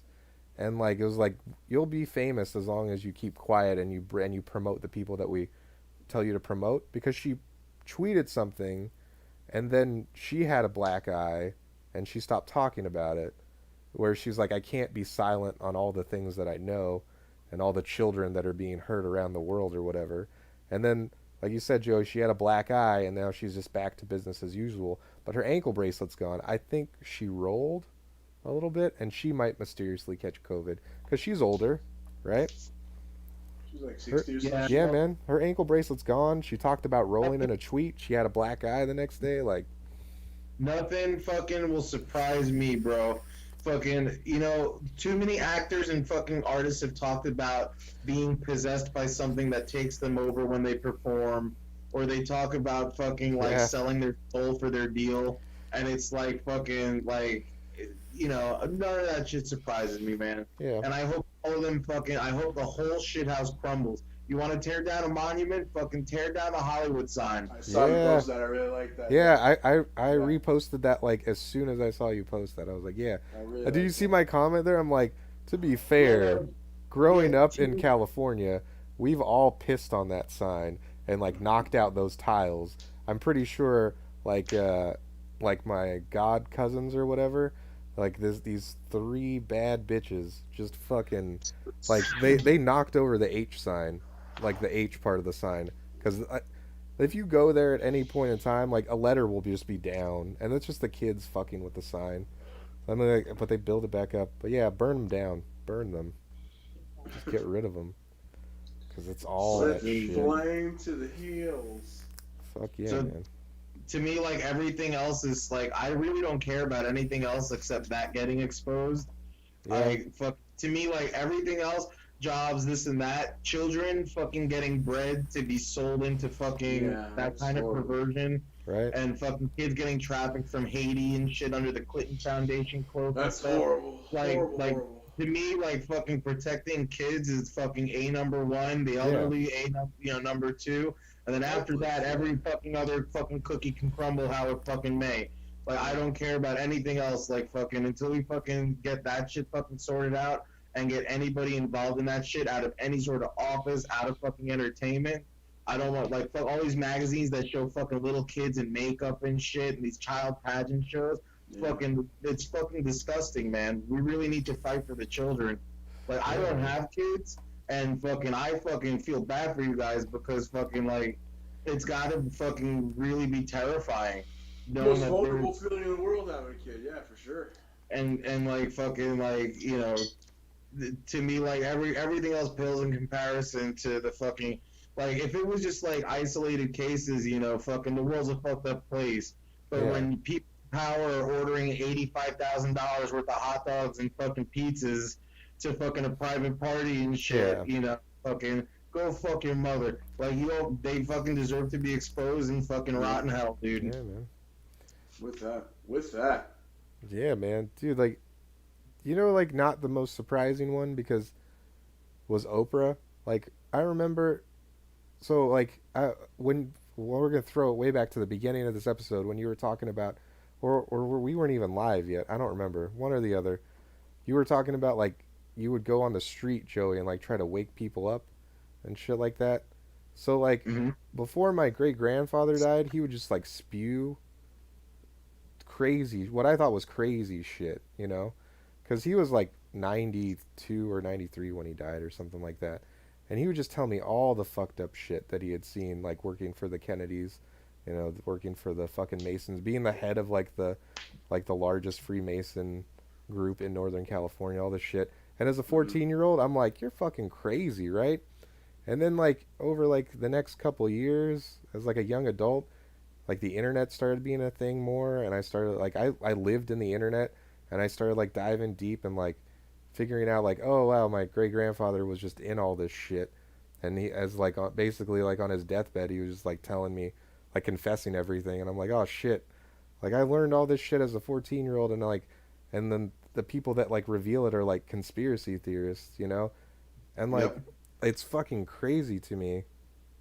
I just like. When I was 20, I was like trying to tell people this like the same way that you were saying it, like I'd be like, this is fucking real, and they're like, the fuck, man, you're fucking crazy. And like I lost a bunch of friends just because I would say like I would start talking about this shit just randomly, like not even like, oh, you got to believe it, like I'm like, oh man, I don't vote because they're all child molesters and like and fucking all this shit, and they're like, what? My candidate? My candidate? I'm like, yeah, both of them. You like this guy, you like this guy, they're both child molesters. We've gotten to a weird point where having an unconventional opinion is like it's some kind of like mark on yourself. People, if you don't automatically favor everything that one group says, you're just not part of the team, and you don't get the invite to the party, so to speak. Well, there's no. It was less. Both sides, it's more rampant on the left, I would say. Apparently, it feels that way anyway. But it was less when we were younger. And I was when we were younger. No, and I was still getting it. No, I was still getting it. Like that was the thing. Like you could disagree. Like I like this person for this reason. I like this person for this reason. Right?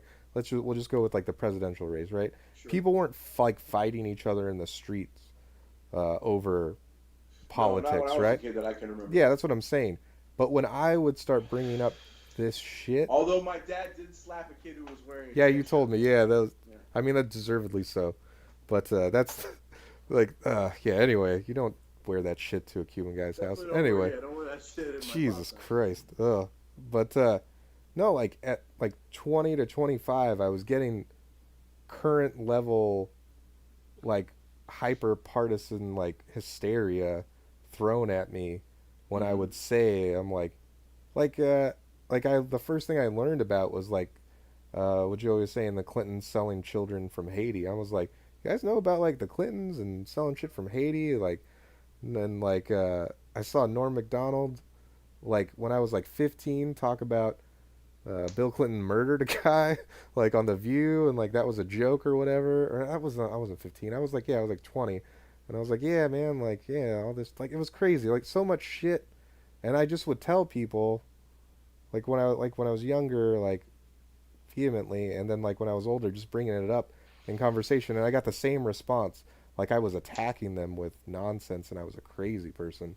Well, it's always interesting how somebody who, again, it's like, I remember I was with my granddad, and it was that Clinton-Bush push, whatever, and he was like, who do you like? And I remember being like, I like that fucking little guy, that little crazy guy, Ross Perot. And he was like, why? And I was like, because he doesn't seem like he's full of shit. I was a kid. I was a little kid. And fucking, I remember my grandfather laughing and being like, yeah, you're right. That guy made himself a lot of fucking money. And fucking, what did they do to him? They made him seem like a Looney Tune. Like a crazy person. They made him seem like a nut. And he had actually, if you look back at the shit he was saying. No, it was solid. It was pretty spot the fuck on. It was he great. He was just a wild, gun-toting fucking Looney Tune. Texas, man. Like the oil tycoon from The Simpsons. Yeah, man. But with good intentions. He was a caricature. He was he was a wild. He could have been a wild dude too. He could have. Yeah. Look, no, I think the presidency as well as you can't do it right. You know what I mean? No. As far as everybody's But concerned. that guy should be the president instead of all these child molesters. I would take him over all these guys any day. Like. And the whole thing is like it's not even just child molestation, like they're legit stealing babies out of hospitals and like killing like 12-year-olds, like 12-year-olds and younger. That's like the thing, like sacrificing them for like Joey said, for like power, magical powers, and like I didn't like one thing that really solidified this for me is like one of the nurses. I think I've told you this before said it on this podcast, but I like one of the nurses when my son was born, she was very like Alex Jonesy like type person, like listener, but like a more sane, like not his crazy listeners, but like his like more like regular people like you and I, but also listen to Alex Jones, right? And Sure. like like when you're open-minded person, yeah. Whatever. When you're in the maternity ward, you get a nurse for like 12 hours, and you hang out with them for their shift. Yeah. So like we got to know her, or I mean my wife was in labor, so I got to know her a little bit. So I realized I'm like, oh yeah, she like knows about all this stuff. That's cool. And then as soon as he was born, that nurse was on shift, and she like grabs me and she's like, don't let go of him. And I was like, oh no, that's crazy. But she was like scared. She was like, don't let him go. And then when like I went to the back room with this lady. who looked kind of like a Bond villain, was like, "You can go, I've got him," and I was like, "No, I'm just gonna hold on to him." She kept trying to get me to go away, and she's like, "I don't know, he looks a little sick," and I was like, "He looks fine." What? I had not. I wouldn't say it was a completely similar experience, but when Annabelle was born, Eva had a cesarean. Yeah, So she same. had to go into surgery Yeah. after. So I was with an older nurse, Mm-hmm. and she was with me, and she goes, "Okay, I have to carry her through the hall. That's Yes. protocol." She goes, "Stay right with me. Come right to the room with me. We're going straight to your room. Yeah. Go right to the room with me." And she goes, she was like adamant for me to stay right with her, stay Yes. right with me. Yes. And I never thought about it until you just said it. It just felt like an intense moment in general. No, You know what I mean? yeah, no, they don't But I want. remember her specifically being fucking adamant, like, stay right with me. Don't start off with it. She was like, don't Yeah. talk to any of your family if any of them are like by the window. Stay right with me. Come right Yeah. back to the room with me. And we were like, I was like, all right, like, because Yeah, I did the same thing. I was like, yeah, okay.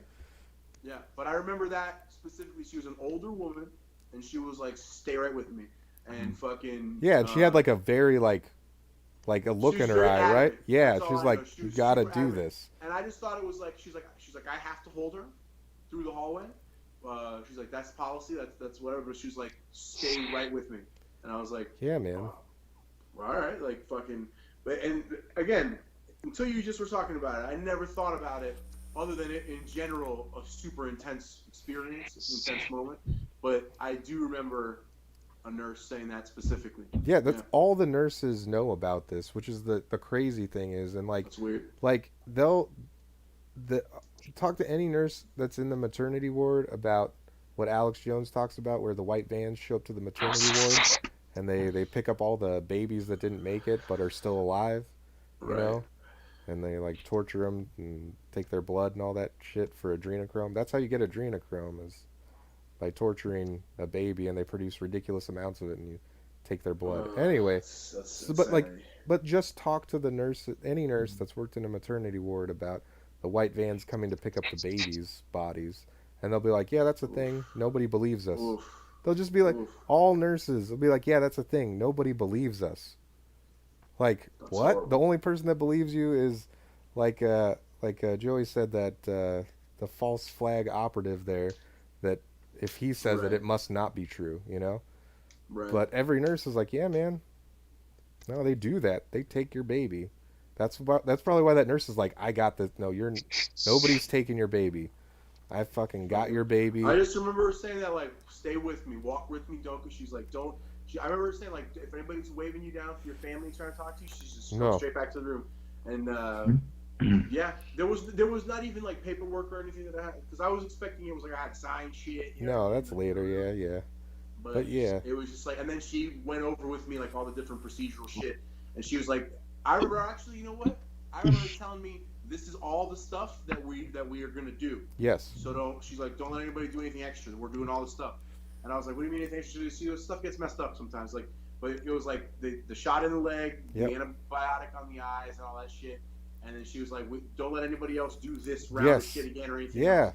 Like, and I was like, okay, like fucking again. And then it was just me and the kid in there. And then there was a couple of times where, you know, different nurses come by or whatever, and I've always been overprotective, I guess, from like moment one. So it was just like, whatever. But like, I remember. No.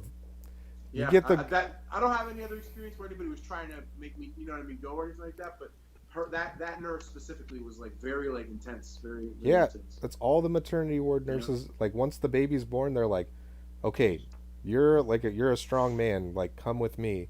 Like you're gonna help make sure that you and I are gonna make sure that this baby gets back to the mom. Like because once once they get the baby on the mom, like you can't tell the mom like, oh no, it died, like it's dead, you know. Right. Like that doesn't work. Like that would be too many. So you're saying there's like a window that they try and utilize. The window is from when the baby's born till it comes back to the mom after they've done all the stuff. That's why all the single black mothers, like, they lose a record amount of babies in childbirth. They don't lose a record amount of babies. There's nobody there to be like, come with me to make sure the baby, like the baby cries they take them off to have all that stuff done. Yeah. And if they take the little blood test on them and it's like good enough, then the baby didn't make it. Like, that's just a thing.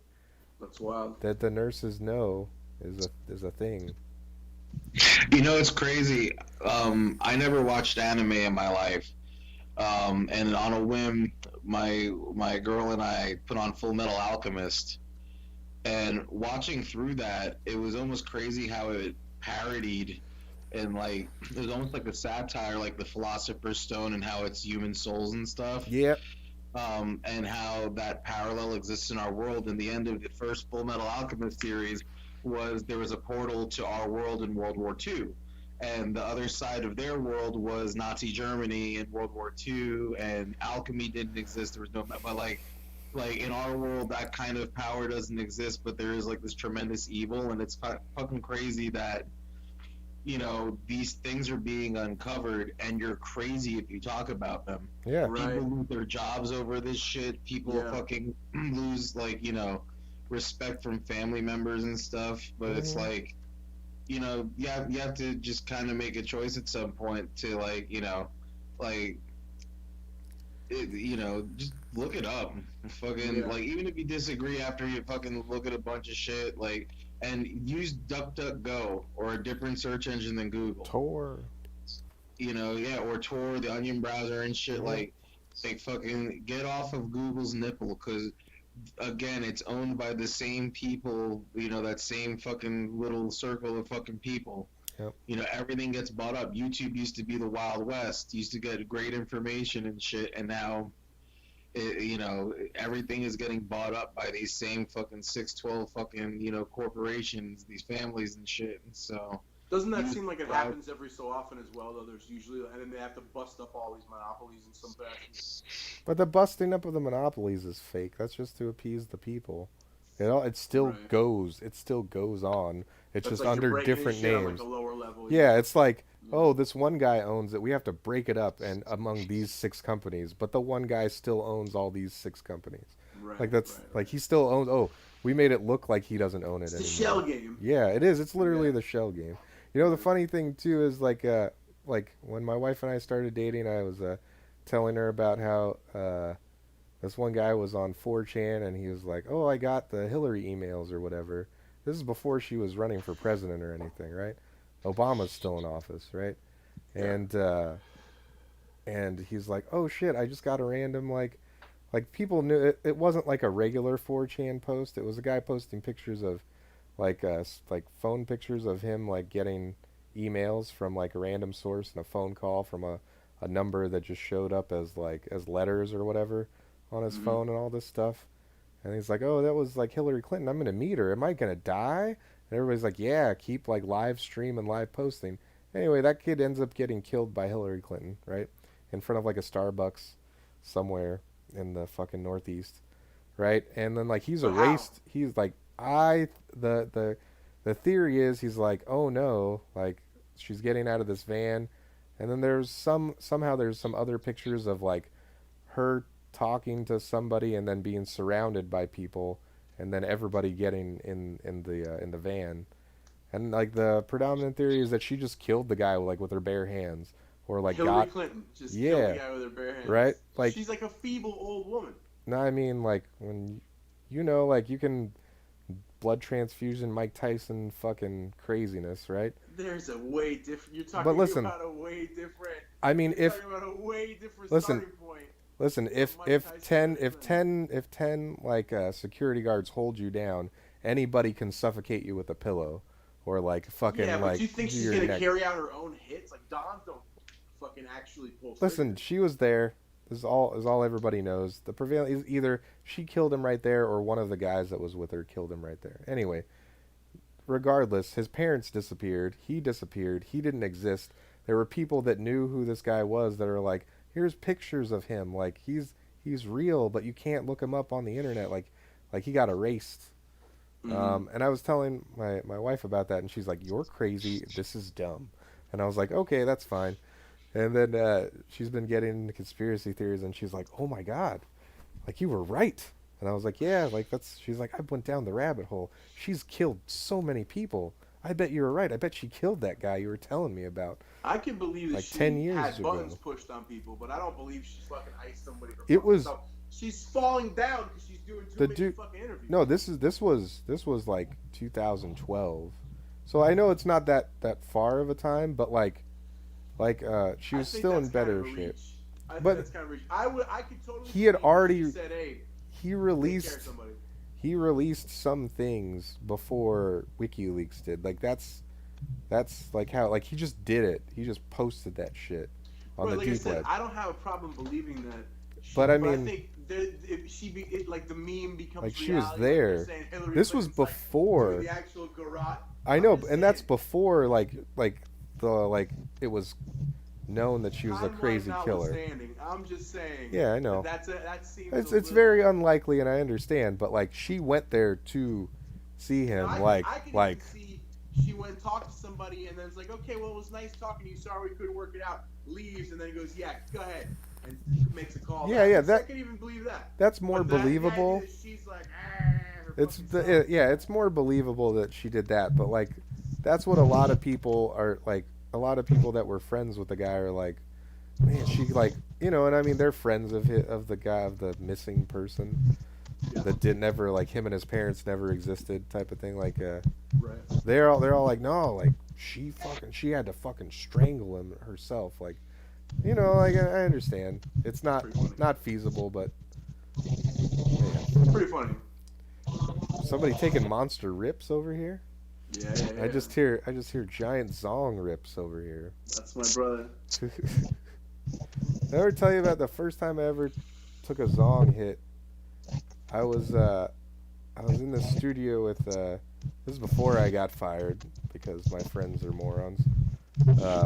With Pretty Ricky, and they were all smoking like the way Cat Williams describes smoking with Snoop Dogg's, like the Weed Olympics.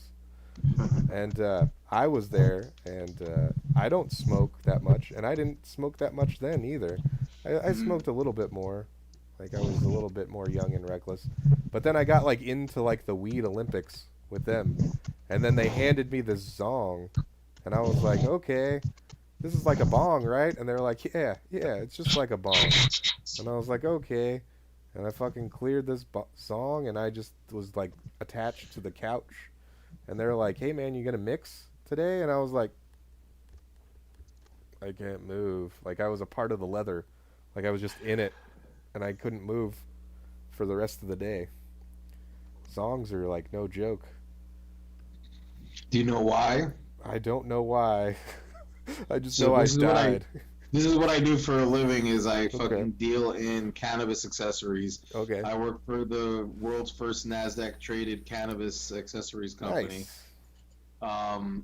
So a zong is designed to where it has a bunch of different curves. Yeah. So where the piece might only be 12 inches tall, yeah, it's actually about like 20 inches of smoke that you're pulling through it. Yeah. So if you're hitting a 18-inch zong, you're hitting about like a 30-inch bong. Oh God. So you're filling that up with like a lot more smoke than you're perceiving. It was a giant zong, and like it was way girthier than any like bong I had ever used too. And I cleared the whole bowl too, which was surprising to me at the time.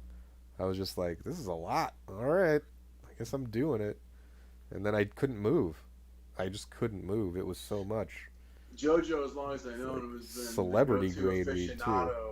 To understand the science behind any, even before it was his like profession, he just always was in the know. Yeah, I just was like, this looks really cool. This is a really cool looking bong, and they're like, it's a zong, bro. And I was like, all right, yeah, cool. And I was okay. I was like just a little high because they had just been passing around giant blunts and a couple joints, and it was just all right. And then this came around, and I was like, all right. Never Have again. you used the volcano? No. Oh, the that fills up, and then you. Yeah, I did that one time, and I was not productive musically that night either. Yeah, that's my favorite thing in the fucking world. Yeah, this one dude, he used to. I don't want to say his name. He used to play professionally in the NFL. Like his first little studio in Lake Worth. Like he. we would sit there and like I would smoke a little bit with him, but he would like take bags, like just bags to the face all night, and then we would jam.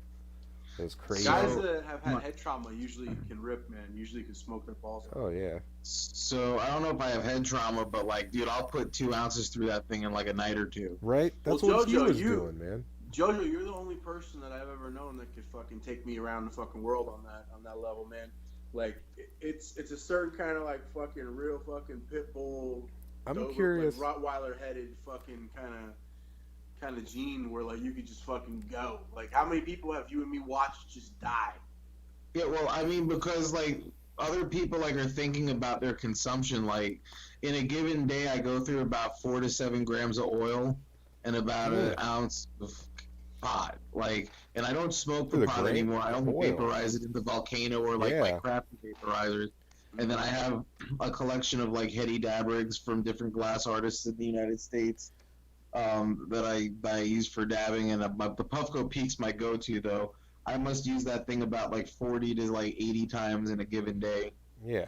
Jesus Christ, yeah. That's like Snoop Dogg level consumption. We would go over to JoJo's place back in the day, and we would fucking kick it. We would hang out. We would play music, whatever. We would sometimes be getting ready to go do little cover gigs, me and Joe.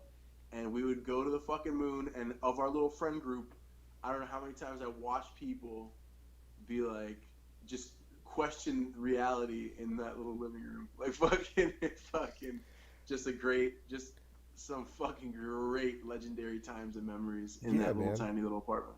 Like after that time I got glued to the couch with that song, with those rappers, like any other time I've been like very uncomfortable, like I've smoked too much. I'm always like, you're too high right now, but you're not as high as you were on the couch all those years ago. And I'm like, okay, I'm gonna be fine. Like that's the thing that gets me through if I'm like I'm way too high. Tommy Donuts from our show on the channel, Tom Eats It, like he fucking, I've watched him, Joe's watched him have a real personal existential crisis after a fucking dab. Like the worst one ever, I don't want to do that. The worst one ever was we were driving home and we were really baked and Tommy was like, "You hungry? I'm not hungry. Are you hungry? I'm hungry." And I'm like, "I'm always hungry, bro." And he's like, "Should we go eat?" And I'm like, "Totally should go eat." And so we're driving around and stuff, and we end up at 7-Eleven. And I dropped like $45 on 7-Eleven, like cheeseburgers and like food that human beings should eat. Yeah. Like we do, yeah. And so, you know, like the nacho thing, right? Oh. Like like on the nacho thing, like you're supposed to take the nachos out of the plastic wrapper, put them in the container, and then top them with chili and cheese. I would take the cheese out and fill the thing like a boat with chili and cheese, like 2 pounds of it, and then like slog the chips in my sandwiches through it. And so the Pakistani guy's going, "That's not how you do it. That's not how you do it." I go, "It's free cheese. It's free cheese and chili. I'm buying your chips. I'm buying $25 worth of sandwiches and Funyuns and shit. Like, just chill." And Tommy and I went back to the house. And as soon as we got done eating, I popped through all my food. Tommy's going through his last sandwich, and he goes, "Can't do it. Can't do it. Throw the sandwich in the bag and leave my house without saying another word." Oh, He no. just yelled, "Can't do it, can't do it." Threw the sandwich in a bag, and then just proceeded to walk out the door. Oh, no. And didn't say a word. And then he called me up the next day to, like, apologize. Like, "Sorry." And I'm like, "No, it's all good." Like, and he's like, "Oh, dude," like, I'm like, "How are you?" And he's like, you wouldn't want to be at my house today." Like, it really fucked up. My worst sinful eating moment was $60 of Arby's.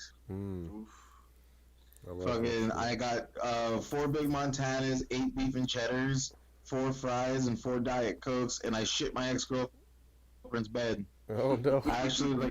I was having a dream where I was just like I was standing up in my dream, and I was just like standing talking to someone matter of factly and shitting, and I'm like, oh man, I'm like talking to this guy shit, and I'm like, well, I feel pretty righteous about what I'm saying, so I'll continue my diatribe. And then I woke up and realized I'm shitting all over, and this girl was bipolar and like fucking tried to run me over with a car on Valentine's Day. I got her yellow roses, and those reminded her of her dead Puerto Rican friend. Oh god. So like, yeah, dude, so fucking her bed's covered in shit, so I had to jimmy the fucking sheets off of her bed from underneath her, and to keep her fucking chill, I sang fucking Journey fucking faithfully. I like whispered it in her ear. She's like, "What the fuck are you doing?" And I'm like, "I'm forever yours." And she's like, "I don't know what you're doing, but cut it out." So I took my underwear, my Dickies shorts, and this bedspread, and I threw it out the side. She lived in like a little duplex in Boca, and I threw it out the side door, and it landed on her neighbor's doorstep. So in the morning, someone had these shit sheets with fucking triple extra large boxer shorts, fucking Dickies. So I had like an extra pair of pants and shit in the morning. She's like, "Where's my bedspread?" And she's like, "What's this stain on my bed?" I go, "Oh, I spilled the Dr. Pepper last night." She goes, "It doesn't look like fucking Dr. Pepper." I go, "I swear it's Dr. Pepper. I'll get it out." I'm like, "You just go to work." She's like, "Fucking get anything to my bed." I'm like, "I swear it's Dr. Pepper. My bad." But just flipped the mattress and broke up with her. Dude, that's a better story than any of the food stories we had on the food podcast. Oh, JoJo should have been on our food podcast. He should have. Joe and I were in Georgia. We had already eaten barbecue or something that day, and we passed, what was it, a Hardee's? And Joe was like, "I've never eaten at a Hardee's before." And I was like, "Me neither." Yeah. Not since I moved I think here. you told me about this, yeah. And Tom was like, "I don't think I ate at a Hardee's either." So we go into Hardee's, and we're all like thinking what we order. We're looking at the menu, and fucking Joe just ordered everything. Joe's like, "I got this." And fucking Joe's like, "That's fucking," he's like, "It's on me, you've been so hospitable, whatever." And I was like, "Dude, like everything." He's like, "Fuck it." And I don't know how much it was, but it was like, had to be almost $100 easily. And fucking, we got to the table and we start eating. I don't know how far we got into it, but I'm eating cheese fries. That's what I remember so viscerally. And all of a sudden, Tom gets sick, starts going like a cat. When you say I can't do it, that's what made me think of it. Yep. And then he stops. He's like, I'm fine. He goes to take another bite of his sandwich, and he's like, "Ooh, and I'm like, Tom, you son of a bitch, get the fuck out of here!" Like, oh man, that was one of the most epic binges. I don't remember how far we got through that stack of food, but god damn, it was a lot of food. And I just remember us eating until Tom got sick, and it was fucking stack. I'll never forget how funny it was. Tom just like, I'm all right, trying to continue eating his sandwich through like fucking vomiting. Like, he's a goddamn animal. For real, I just paid off that credit card like fucking 8 months ago from that trip. It was like 5 years back. Fucking, I remember fucking paying off like fucking. I'm like, all right, and here's a trip to fucking what was the one place where like they had like nanner pudding and shit? Folks, I think it was. Pudding. There was Folks, and there was also fucking pudding. OK Cafe. OK Cafe was phenomenal. Yeah. Fucking Folks was great though because like Folks, everything's just fried. Yeah, everything. I was gonna say like fucking like either menu was fried. There was like a fucking panko covering on the seats. There's a sheen of grease over every like heart surface attacks in that place.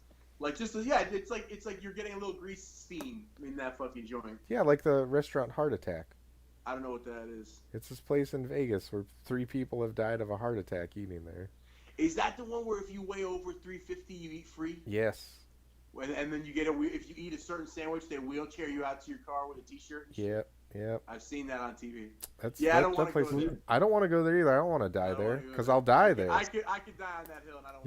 Yeah, I'll die there. Like I'm pretty healthy. That's the Lima right there. Do what thou wilt should be the whole of the law. Fucking make all the virtues of fucking sin fucking and glorify them. Slothfulness and gluttony. Dude, I fucking entered in. So one night I was at a fucking gig of propaganda in Lake Worth, fucking back in like 2011.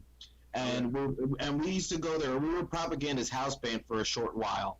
For about like 8 months. Yep, every Wednesday we would play a show, and then any time that they had a show where they needed a band, we were the first call. Yeah. And we were on their payroll. We got like $100 a week, whether we played or not, and shit. It was great. They were fucking really great to us. Yeah. And one night we're there waiting for fucking to play the show. We got there like 5 o'clock. The show we weren't playing like 10. And I get a call from an old buddy of mine, this guy Mike Gilbo. He goes, "Yo, there's a fucking chicken finger eating contest." I'm like, "Where at?" He's like, Miller's Ale House, because he knows I'm a fucking animal. And he knows that I'm not a competitive eater. I'm just fucking, I hate myself. And So I go, what's the price? Same. He goes, $100. And I go, sweet, dude. I'm like, fucking, I'm on my way. So me and my drummer bounce, and I was making hash discs with this toothless fucking surfer guy from Boca. Me and him were fucking pressing hash discs, so I had all this hash that had cat hair in it. Because he had these cats running around the hash room. And he's like, whose cats are these? Get these cats out of my fucking house. And his wife's like, I found the cats outside. He's like, fuck you, bitch. You're getting in the hash, fucking. So I had this fucking cat hair hash. And so we're ripping this shit on the way, and we're getting real fucked up. And so we show up, and, like, I'm thinking it's just like you go in the restaurant, you sit down with a fucking few dudes, and you eat some shit. It was like a family fun night. And we were a death metal band called The Toilets. Mm-hmm. And at that time, I had, like, a giant fucking, like, blinged out fucking upside-down crucifix and, like, fucking crazy hair and shit. And, like, me and my drummer were covered in tattoos. And they had, like, a cover band outside playing, like, don't know how to do what you do, baby, I'm afraid. Like, fucking, like, completely not the place for us to be. Yeah. And so we signed up, and so it was me, my boy Brett, my dude Mike, this fucking, Samoan motherfucker that looked like The Rock, a cop, and some other dude. And so the Samoan guy comes over to me, and he goes, you think you're going to win this thing? Like a fucking jock in, like, a skiing movie in the 80s. And I look at the guy, and I go, bro, I'm a fat guy. I'm like, fucking, you eat for protein. I eat because of shame. And fucking the dude looked at me like all weird, and I grabbed my titty, and he fucking knew like shit was really strange with me, so he stopped talking to me. And I sat down, and they put out fucking 2 bowls of fucking chicken fingers. There was 8 chicken fingers in each. And we had 2 minutes to fucking dog as many as we could. So some people were doing like, you know, the two-handed. Brett was just enjoying a free meal because he was a freeloader. He didn't even eat fast. He had like 1.5 chicken fingers in the 2 minutes, and he drank like a beer and a half. Fucking, he was having a great time. Fucking, I ate fucking 14 chicken fingers in 2 minutes by eating 3 at a time. And I wasn't eating to win. I was just eating it like normal pig clip. Like, I was eating like if I was... Pig clip. So, like, I was... I remember one time... Didn't we one time get Taco Bell and McDonald's in the same run? And yes. Eat that in your living room like a couple of fucking animals? Dude, there's been times where you and I have gotten food with the... Like, we're gonna fucking sit down and watch something and eat. And by the time we've gotten back to the house, there was nothing left. Oh, and then we went to get more food or ordered more food at some watch later the thing point. with. Yes. Like, so yeah, dude, me and my girlfriend, like, fucking, it carried on for a while. Like, I've done keto since fucking January when I got sepsis. Fucking, and like, but dude, there's times where, like, she'd be like, what's up? I'm like, oh, I just got fucking a QP and I got some new oil. Oh, and I also ordered something. And then the doorbell would ring and, like, fucking the Carvel guy be standing there. He's like, you have a child's birthday cake for 24? That's me. And it's like, here's your giant cookie puss. And she's like, you got a cookie puss? And she, like, goes to cut a slice and go, And I put it, like, right in the middle of us on the couch. And I'm like, we're going to sit here with this ice cream in between us and fucking get to know each other on a more intimate level. and my girlfriend's not a big girl. She's, like, 130 pounds, 125 pounds, somewhere, like, around there. So it's like... Fucking, I don't know what kind of tapeworm she has, fucking, but like, yeah, we're pausing all cooking, like the floor cake. I'm sure you guys have heard of floor cake. Andrew's probably been preaching about the floor cake. I've talked about it a little bit vaguely. I mean, specifically, we all dropped, acid one night at Joe's house, and I forget exactly what we were doing, but we ate a bunch of grilled food, I think. You've told this story, yeah. I don't know if I told it on the podcast or I just told it to you personally, like. And Joe just walked out, and he had the cake in his palm. And you know how it's like on the plastic, and then it's on like a disc, like a cardboard disc? Yeah. He just slid his hand like back and forth real fast, and the cake just slid off and like flopped right down onto its fucking, but perfectly, still on the disc, on the floor. And like the impact like made the cake like expand out a little bit and like splat down a little bit. So we all just kind of looked at it, and Joe just kind of looked around the room at all of us, and specifically me, Joe, and Kat were the first of the like 5 or 6 of us that were there, sat down and just went hand into this floor cake and started eating it like fucking tribes people eating like the fucking... I started disrobing. Yes, you started stripping. I think, didn't I like take my gun off and leave it in your like closet or something for a while? Like, Yeah, it got weird, man. There was like a lot of underwear. I remember somebody was like, "You had a gun on you this whole time?" And I'm like, "Yeah." And they're like, "You ate a lot of acid." I'm like, "Yeah, Yeah. I might need lucky. to. I might need to shoot a dragon or something. Yeah. God Well, damn. not man. even that. Like, I trust myself. That's all. That I'm not gonna. That I'm But, not gonna shoot a dragon. Fucking. But dude, see, man, you know the only guy that I think should have been on that food show was the guest. Matt. Yeah, Sure. He was Dude. great. Yeah, I enjoyed him. because Other like than the fart, beyond the fart sounds, I enjoyed.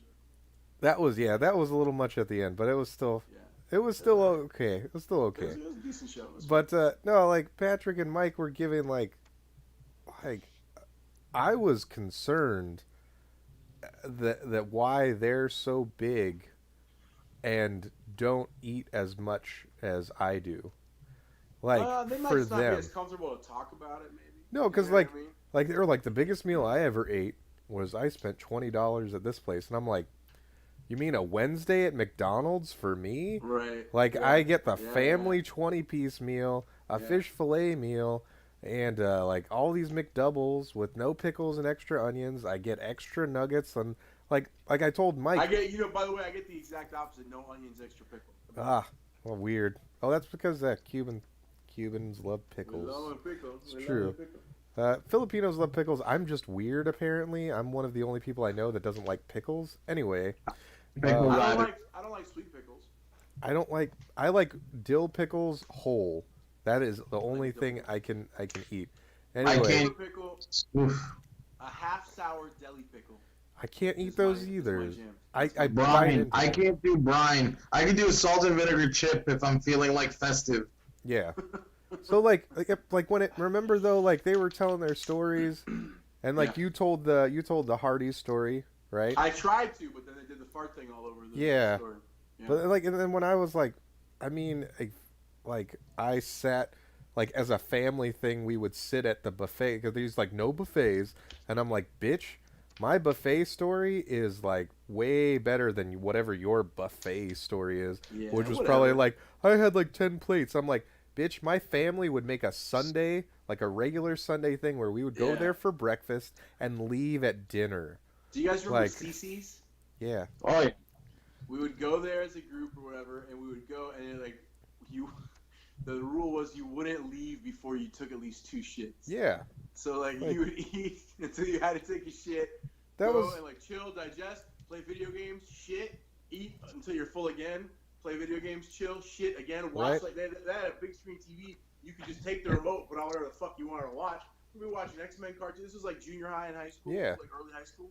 Man, oh man. That's what I'm saying. I feel like Joey. The war, we put like the fucking. Yeah. So Joey buffets- has real stories. Joey has real food stories. Oh, Not this. So- Not this pussy. I Joe and spent me 20. alone. Not this pussy. I spent $20 at Taco Bell. Shit. All Like, Yeah. like what the I'll fuck give did you? one. Yeah, That's- I fucking smoked my first blunt and went to Taco Bell. Shit. I'm Get the sure fuck Joe will outta here. remember this night.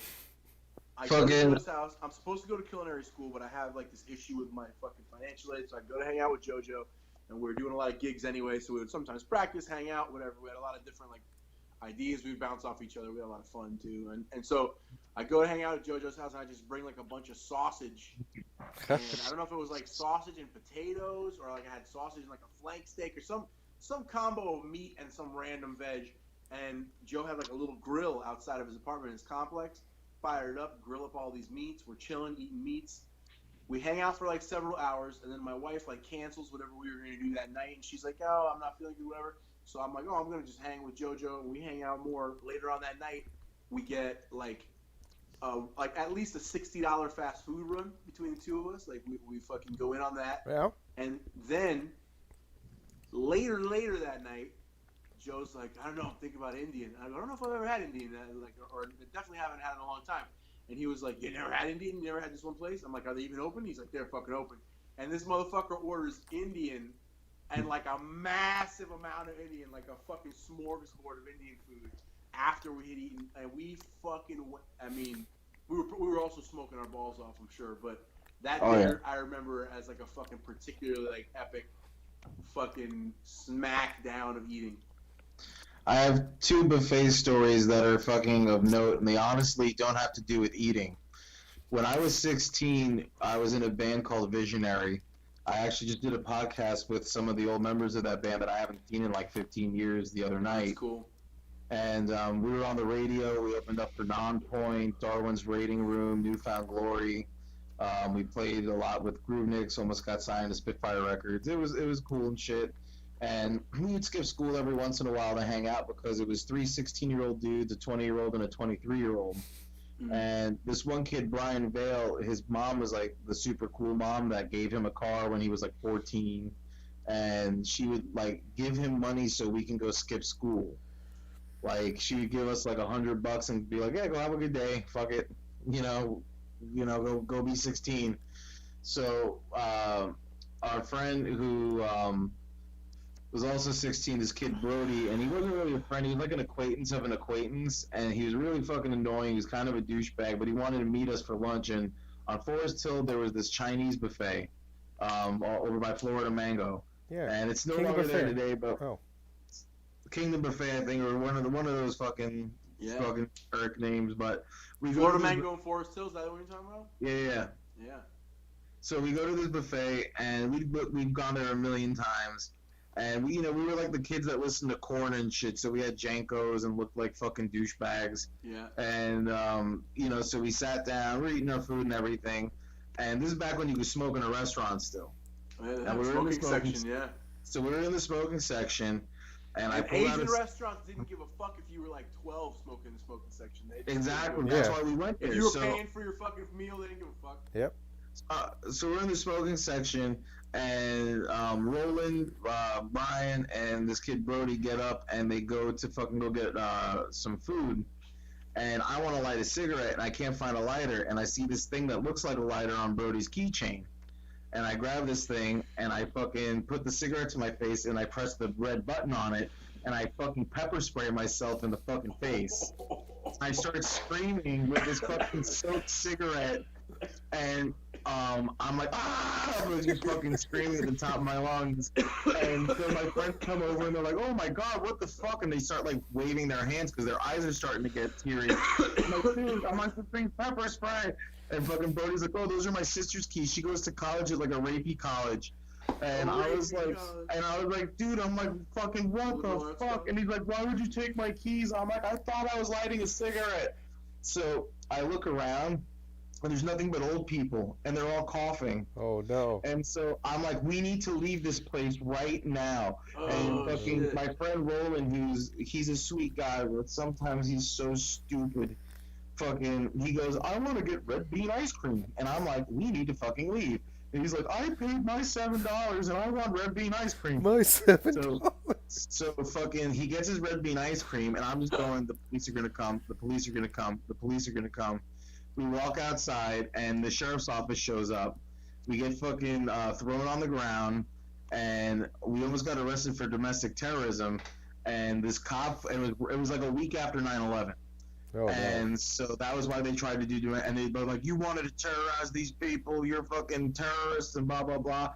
And I said to the cop, I'm like, yeah, I'm the world's first suicide pepper sprayer. I'm like, I was thinking real big. I'm like, I pepper sprayed myself in the face. This thing looks like a fucking, and he's like, you're a liar, you're going to jail. So I found this one sheriff who I called over. I go, dude, can I talk to you? And I explained to him, like, what happened. I go, do you think I would pepper spray myself in the face to hurt other people? Wouldn't I pepper spray them in the face and then run away instead of sitting down for ice cream? It was an accident. I'm like, why would we sit back down and relax and it was a fucking accident. We didn't mean to hurt nobody. So that cop went and talked to another cop, and so the Chinese guy comes out and goes, look, okay, you cost me $400 lunch special. You have to pay me or I press charges. And so my friend Brian goes, hold on. And Brian calls his redneck dad, and then he's like, Brian, what do you want? And he's like, Dad, they want to arrest us for terrorism if we don't give this Chinese guy like $400. And his dad goes, huh? And he's like, what happened? He's like, well, Joey. And he's like, Joey's in trouble. Yeah, give him the $400. Tell him don't worry about it.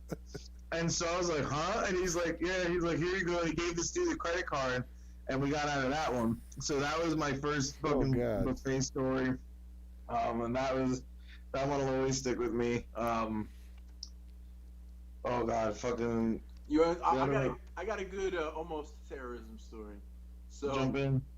it was about 2001, I believe. That was when 9/11 happened, right? But Yeah. I think I was in like 10th grade, I want to say, during that. 11th maybe. And my first band was like a little punk rock band. I forget what name. We had a couple different names. And then so my drummer was this dude, Brian LaFleur, who I think both of you guys know. Oh He's in a band yeah, currently called Genocide Salad. I love Um, Brian.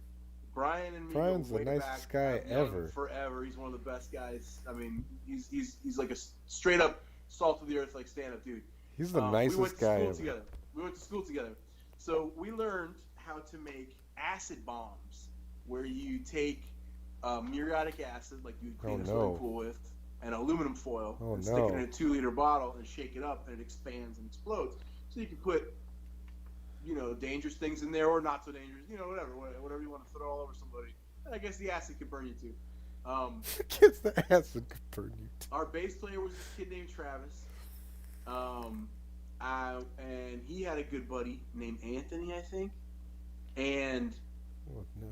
there was a kid named James who we hung out with all the time. And I think I already said Brian's last name, but I don't want to say anybody else's. So we're making these acid bombs. And, Redacted. right. Brian lived on Forest Hill and Purdy Lane, I want to say. And right by there was this mosque. We did not have this thought in mind whatsoever. Oh no. We just figured we're gonna make some acid bombs and huck them into traffic and see what happens.